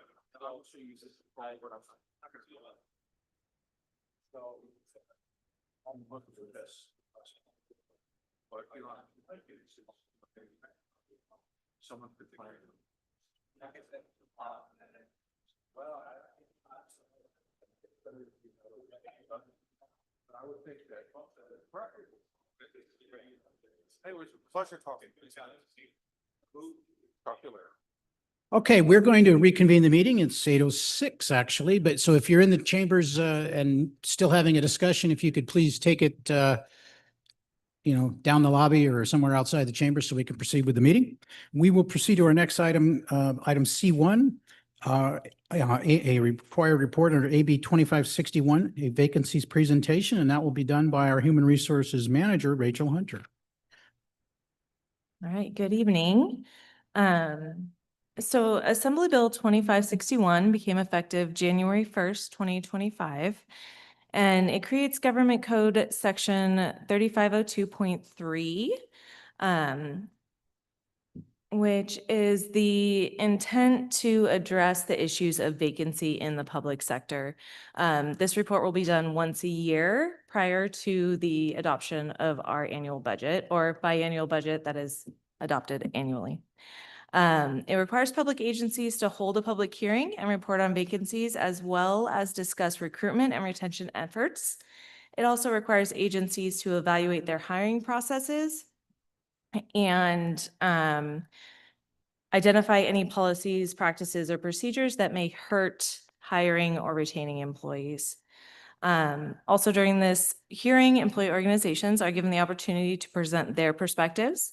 Atascadero has 4 bargaining units: SEIU, Atascadero Police Association, Atascadero Professional Firefighters Association, and the Unrepresented Professional Management and Confidential Unit.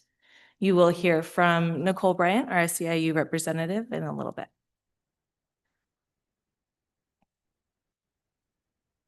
Vacancies can have a negative impact, leading to employee burnout, turnover, heavier workloads, higher workers' compensation rates, and decreased service to the public.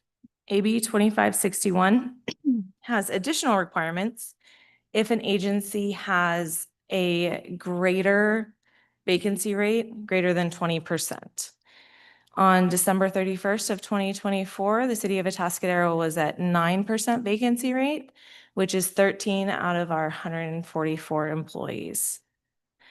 I am happy to say that as of today, 6 of those positions have been filled and 1 more will be filled by the end of the month. And even happier to report that all sworn police officer positions are spoken for. So we do not have any open police officer positions at the moment. We are extremely fortunate to have council that genuinely supports staff and prioritizes hiring and keeping amazing employees. During the evaluation of hiring policies, no obstacles were found or updates needed. Every position that becomes vacant is evaluated by Human Resources and the department hiring manager to look for internal candidates, job description updates, pay accuracy. Then the recruitment plan is created based on the position itself, where we'll be advertising the length of recruitment, and then interview questions and panels are created to align with council objectives, with employee-created mission guidelines, and current events.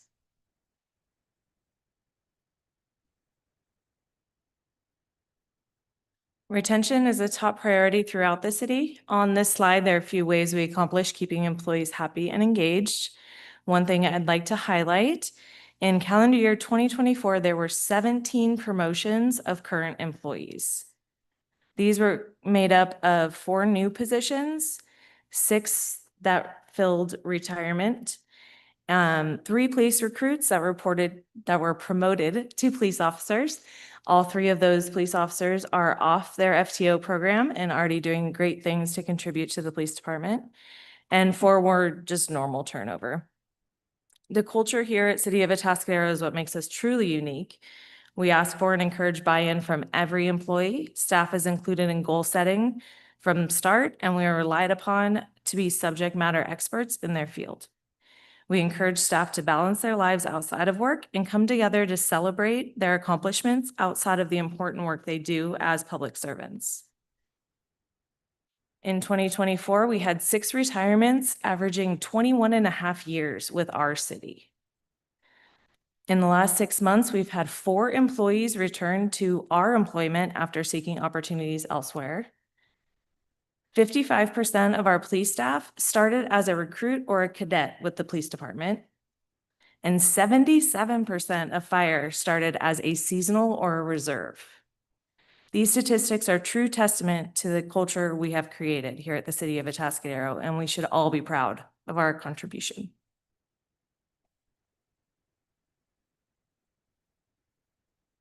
Any questions for me?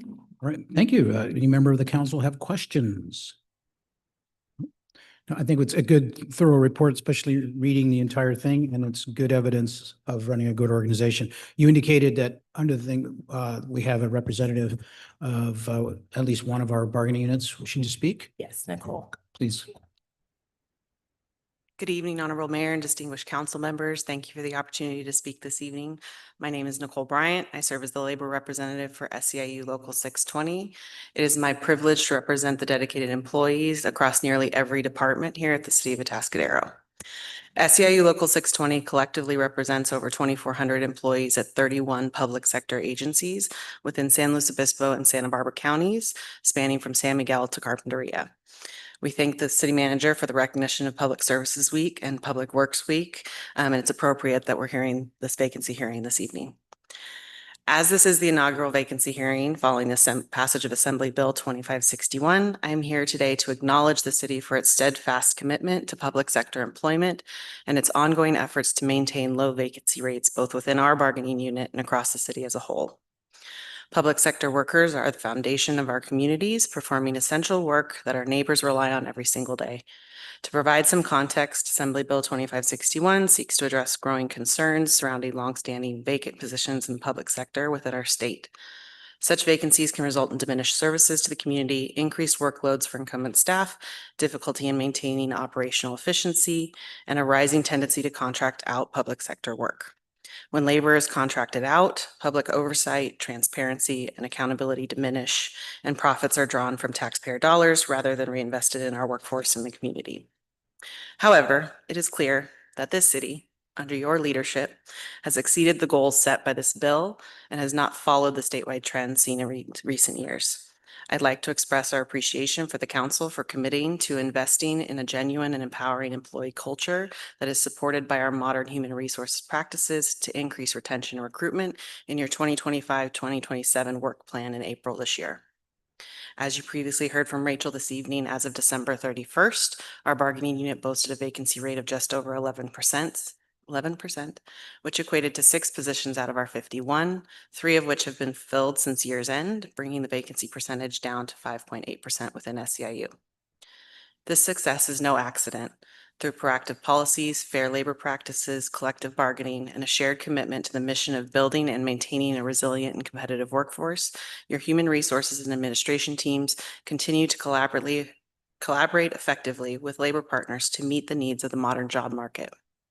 SEIU has developed a strong relationship and collaborative relationship with the city's human resources and administration teams, with a shared commitment to the well-being of both our employees and the community. Through open communication, ongoing dialogue, we work together to address challenges proactively, streamline processes, and ensure that the needs of our workforce are met in a way that supports the city's vision and strengthens service delivery. In closing, I want to express my deep appreciation of the City Council, the City Administration, and all of our public sector employees for your ongoing support and commitment to maintaining a strong, healthy workforce. Your efforts to keep vacancy rates low not only align with the objectives of the bill, but also serve as a shining example of what is possible when a community works together towards a common goal of public service excellence, which we have seen here tonight. As we look to the future, we are confident that this spirit of partnership and shared commitment to excellence will continue through thoughtful, forward-looking decisions that support a stable workforce, reflect the realities of the local economy, and ensure Atascadero remains a place where talented public servants choose to build and grow their careers. Thank you, and I'm available for questions if necessary. Right, thank you very much. Is there anybody else wishing to speak on this item? Okay, if not, does any member of the council have any questions for the speaker?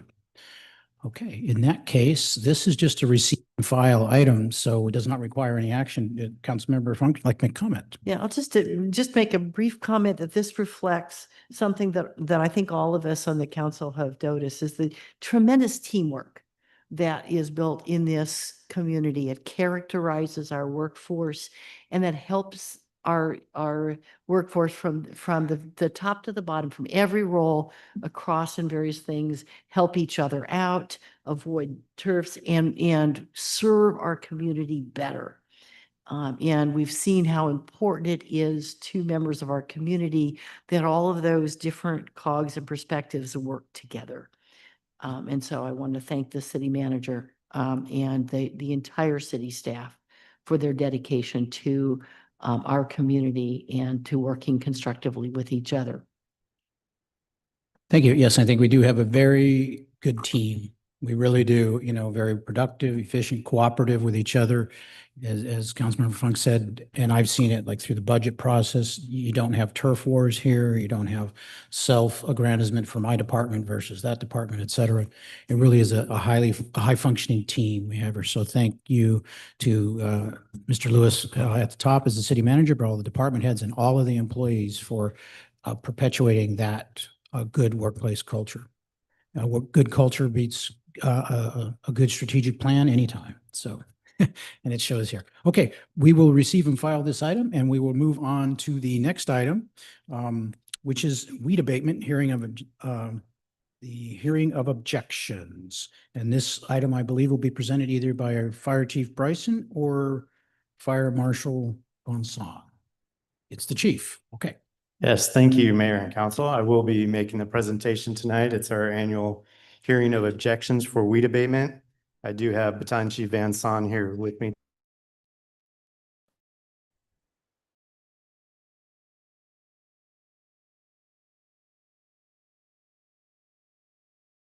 There'll be a brief presentation and we'll get to the hearing of objections. Just a little bit of a background. Our weed abatement program truly is our most critical piece of our fuels management plan. Weed abatement allows us to put a 100-foot defensible space around every house in town. And with a 50-foot property line clearance, 100 feet between parcels. So it really is the most critical component. We do many other things. The chipping program, consultation program. Right now, we're working with the Fire Safe Council to do fuels treatments and fuel breaks. But this is involving the community where the citizens really come in, manage their property. Sorry about that. My clicker is where the citizens manage their property and take ownership of their own protection for the community. So it really is a critical key component. I do usually like to give just a slight history of the amount of properties that we cut each year. So here's going back to 2015. You see last year we did 23. I really am proud of the program and proud of the community for taking the action because it really is out of over 11,000 parcels in the city, the city has to move forward with cutting 23, 24 over the years is pretty impressive. Just a little bit of a timeline. In March of this year, we did a visual inspection. When I say we, Chief Van Son did a visual inspection of all 11,282 parcels. In April of this year, we came to council under consent and declared the weeds a nuisance. And right after that, we mailed out over 6,000 letters to property owners that have the potential to be in violation after June 1st. And that is a very important point, is that people may cut that early, but if there is the potential that they would have weeds growing after June, if there's a potential that they would use a weed eater on their property at all, they do receive a letter. So that does bring some questions from the community very often. I did my cutting. Why am I receiving this letter? And if you have that potential, you will receive that letter. So here we are tonight in May. We will hear any objections of the proposed removal of vegetative growth. And like I said, June 1st will be our next inspection, and we would begin the process of any abatement if needed. So recommendations for you tonight: City Council hear all objections to the proposed removal of vegetative growth and or refuse, and allow or overrule any objections, and authorize the fire chief to proceed and perform the work of abatement. And that concludes my presentation. I'm happy to answer any questions. Thank you, Chief. Did you receive any written objections? We did not. Okay, got it. Thank you. The property line to 50 feet, if it's an empty field, just fenced off empty field, is it still 50 feet if there's no structure in the middle?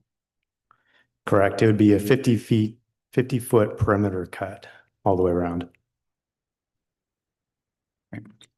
So, yeah. So I mean, if you have a 110-foot wide property, you're going to have you can leave a 10-foot uncleared strip in the middle if you so desire. Okay, any other questions for Councilmember Funk? Sure. And I just checking to make sure that the city's doing its part on roadways and other areas.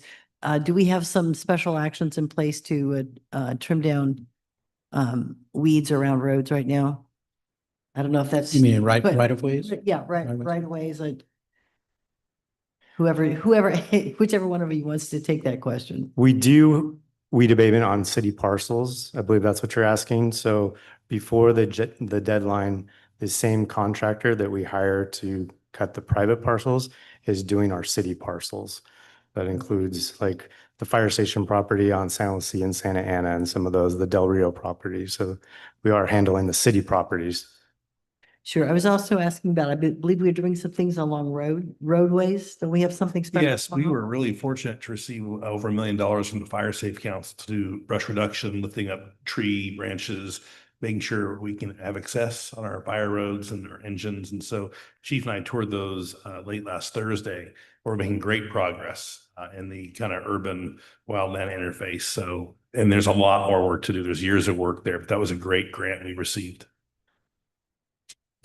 Thank you. If there's no further questions, we'll see if any member of the public would like to comment on this issue.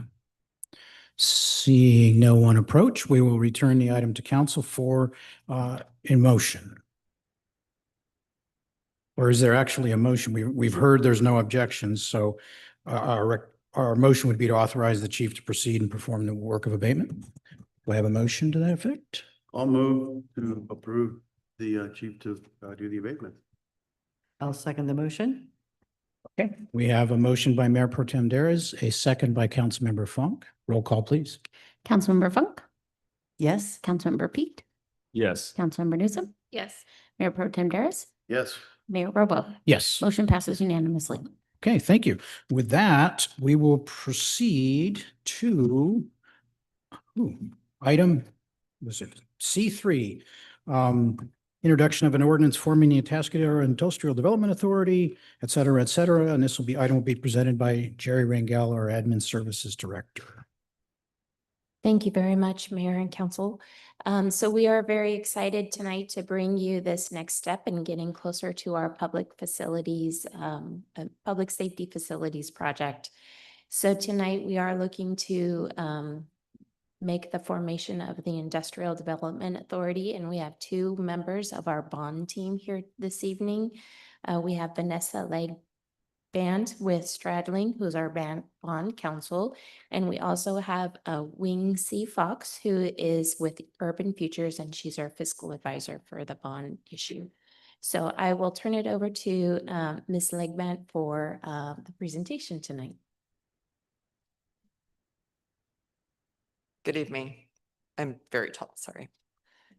So the council has discussed issuing lease revenue bonds to provide financing for a portion of the cost of your public facilities, your public safety facilities project. And so lease revenue bonds are a financing mechanism that cities all over the state of California use pretty routinely to finance public infrastructure improvements. It involves a lease-back transaction that the city enters into using its own property. And then the city's lease payments are used to pay debt service on the lease revenue bonds. But the city doesn't itself issue the lease revenue bonds. It needs a third party public agency with authority to issue those bonds to do that for it.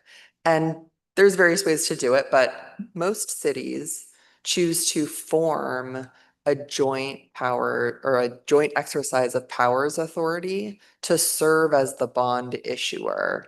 And they can do that by entering into a contract with another public agency. Under California law, two public agencies can, by contract, form a joint exercise of powers authority. So in order to form a joint exercise of powers authority, the city of Atascadero needs another public agency to enter into that agreement with it. So we're proposing that the city form an industrial development authority that would be known as the Atascadero Industrial Development Authority in order to enter into a contract between the city of Atascadero and the Atascadero Industrial Development Authority, forming the Atascadero Financing Authority, which can then serve as the issuer of your lease revenue bonds. California law allows the city to form an industrial development authority by simply adopting an ordinance, causing this authority to exist.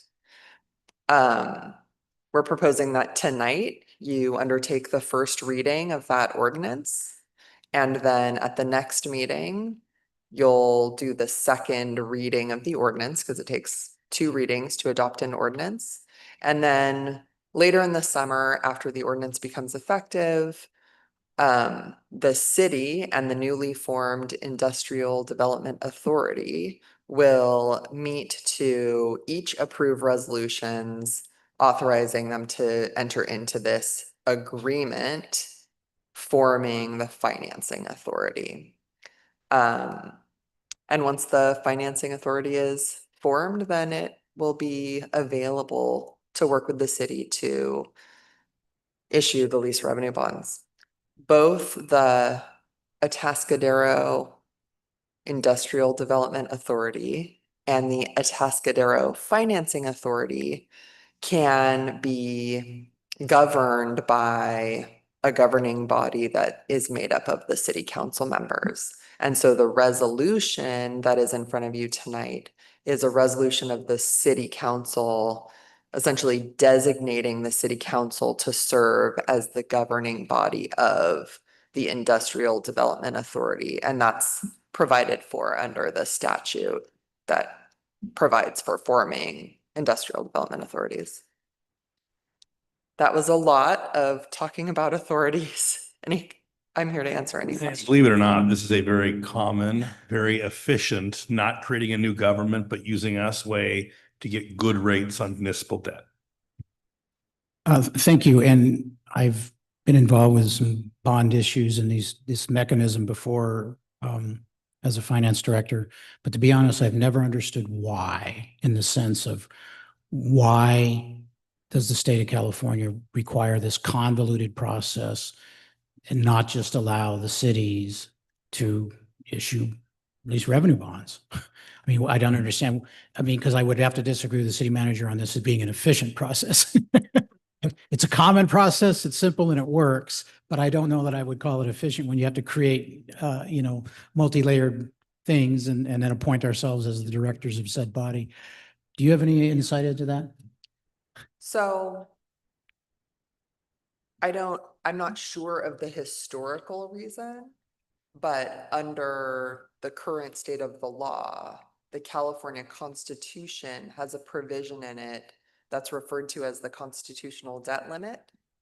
And essentially, cities, counties, and school districts, in order to issue debt, most of the time, you need a vote of the people. But the California courts, including the Supreme Court in California, have upheld several exceptions to that rule. And one of those exceptions is the lease. Got it. The Okay. lease revenue. So it's a workaround of a constitutional provision in the state constitution. Okay, thank you for that answer. Okay, does members of the council have questions?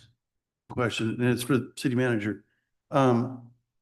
We recently, in the last ballot, went through for our city treasurer to be appointed versus elected because of what happened back in the 80s or 90s, where would something like this have prevented that?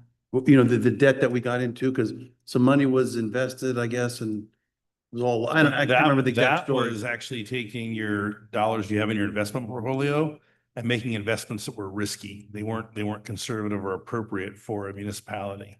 They were investing in derivatives, which were very risky investments that were inappropriate, not necessarily related to issuance of public debt secured by public assets. So this type of thing would not have necessarily prevented that? Well, I think they're different. No, this is a different model. Yeah. Okay, no, okay, I just want to make sure, I want to make sure if it was the same or different, but anyway, thank you. I think it's a good thing. Go for it. Any other questions from council? Yes, Councilmember Funk.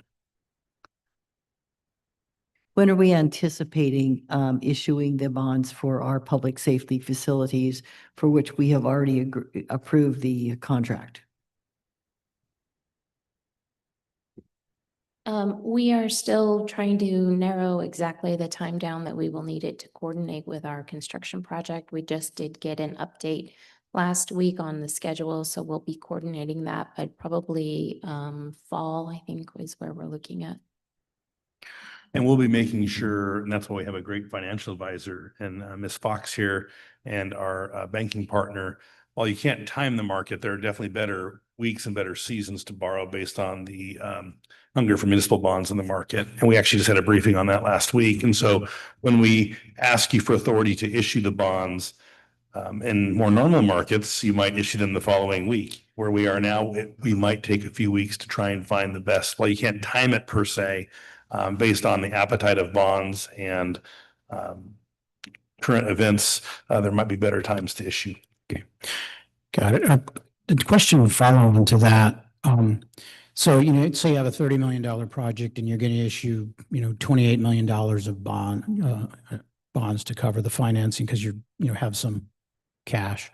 But obviously the construction contract, you're making payments over, let's say, a 2-year period of construction. So you don't need all of that money day one, but you don't typically issue the bonds over a 2-year period. They have long range of maturities, but you don't. So are we going to issue whatever the number is, say $28 million of bonds, and essentially then just, paying that out to the construction contractor over the course of the years? In the meantime, we're parking it and making interest? Or are we actually going to break up the issuance of the bonds themselves? We plan to issue it at this point, issue it at one time, and then we can use that to earn some interest. There is a capacity that allows us to earn a certain amount of interest as long as we're making progress on the construction and spending that off an amount of time. So that way we could issue a little bit less bonds so we can use that interest piece toward the project as well. Okay, got it. All right, thank you. Okay, if there's no other questions from council, then let's just see if we open it up to the public and see if we have any public comment on this issue. Seeing no one approach, we will return it back to the council for action. There's the recommendation is two items, one to introduce the ordinance and one to adopt the resolution. Do we have a motion? I would move that we adopt the first resolution, first reading by title only of the proposed ordinance, and adopt a resolution declaring the city council as the board of directors of the Atascadero Industrial Development Authority. Second. All right, we have a motion by Councilmember Funk, a second by Councilmember Peak. Roll call, please. Councilmember Funk, Yes. Councilmember Peak, Yes. Councilmember Newsom, Yes. Mayor Pro Tem Daris, Yes. Mayor Werbo. Yes. Motion passes unanimously. All right, very good. Our next item was a public hearing that was been canceled and publicly noticed as being canceled. So with that, we will move to council announcements and committee reports. So I will start on my left with Councilmember Peak. The Finance, City Schools Committee next week. Looking forward to getting back together with some board members and city manager, and Heather Newsom and myself next week. I'm still kind of steeping in the experience in Sacramento. That was great meeting with Senator Laird, and my first experience doing something like that, and very eye-opening, and it was great to be able to take part in that. And I appreciate the city allowing me to go and paying for it. It was definitely well worth it, and there was a lot of education that happened, and very little. Although we did have a little bit of fun, it was very educational and it was worth every minute. All right, thank you, Mayor Pro Tem Daris. Thank you. And I concur, Sacramento's. I enjoy going to those conferences because there is a lot to learn and a lot of pick up some stuff. The only thing I have coming up is Capslow meeting is next Thursday, and that's all I have. Thank you. I will just go ahead and report tomorrow is the Integrated Waste Management Authority meeting. We will have our first look at a possible budget for the next fiscal year, and it will, in all likelihood, entail a further rate reduction for the IWMA fee that is passed through by the haulers to all residents. So that will be good news. We'll be deciding in June what that final rate will be. Also, then on Thursday, we will be doing interviews for a new executive director of the IWMA. And on Friday, we'll be interviewing the finalists for that position. So that will be interesting. But it means 3 trips in a row to San Luis Obispo. So, okay. And that's all I have. So Councilmember Funk. Yes, well, yeah, I too appreciated the opportunity to participate in the League of California Cities City Leaders Summit. In fact, after our last council meeting where we had that very difficult discussion about our wastewater treatment plan and the potential costs that are rolling up, we rolled out of here, headed up to Sacramento, and the next day we were in Senator Laird's office, and I was making the case on our behalf for relief that could steps in anything that can be done to give us some time to comply and to address the aspects of the very costly requirements that seem completely unreasonable. It was very great to be working with Senator Laird. I had a follow-up meeting with Carol Woodruff of Senator Laird's regional staff last week on this same topic. And then the Homeless Services Oversight Council will be meeting on May 21st. We will be talking about, among other things, priorities for the next round of HAP funding. That's the homeless, housing assistance program, I believe. That's the big pot of relatively flexible state money that supports our shelter and housing things so that we can build more pathways out of homelessness into housing and continue to support the very effective shelter operations and in moving people into permanent housing in a way that can keep them there. We have a couple of years worth of some of the HAP money in-house because it takes a while to go through the process of the county asks the state for the money, and then the state tells the county that they can have the money. And then the county discusses the priorities with the HSOC for the next round of things, and then puts out an RFP, and then that's very convoluted.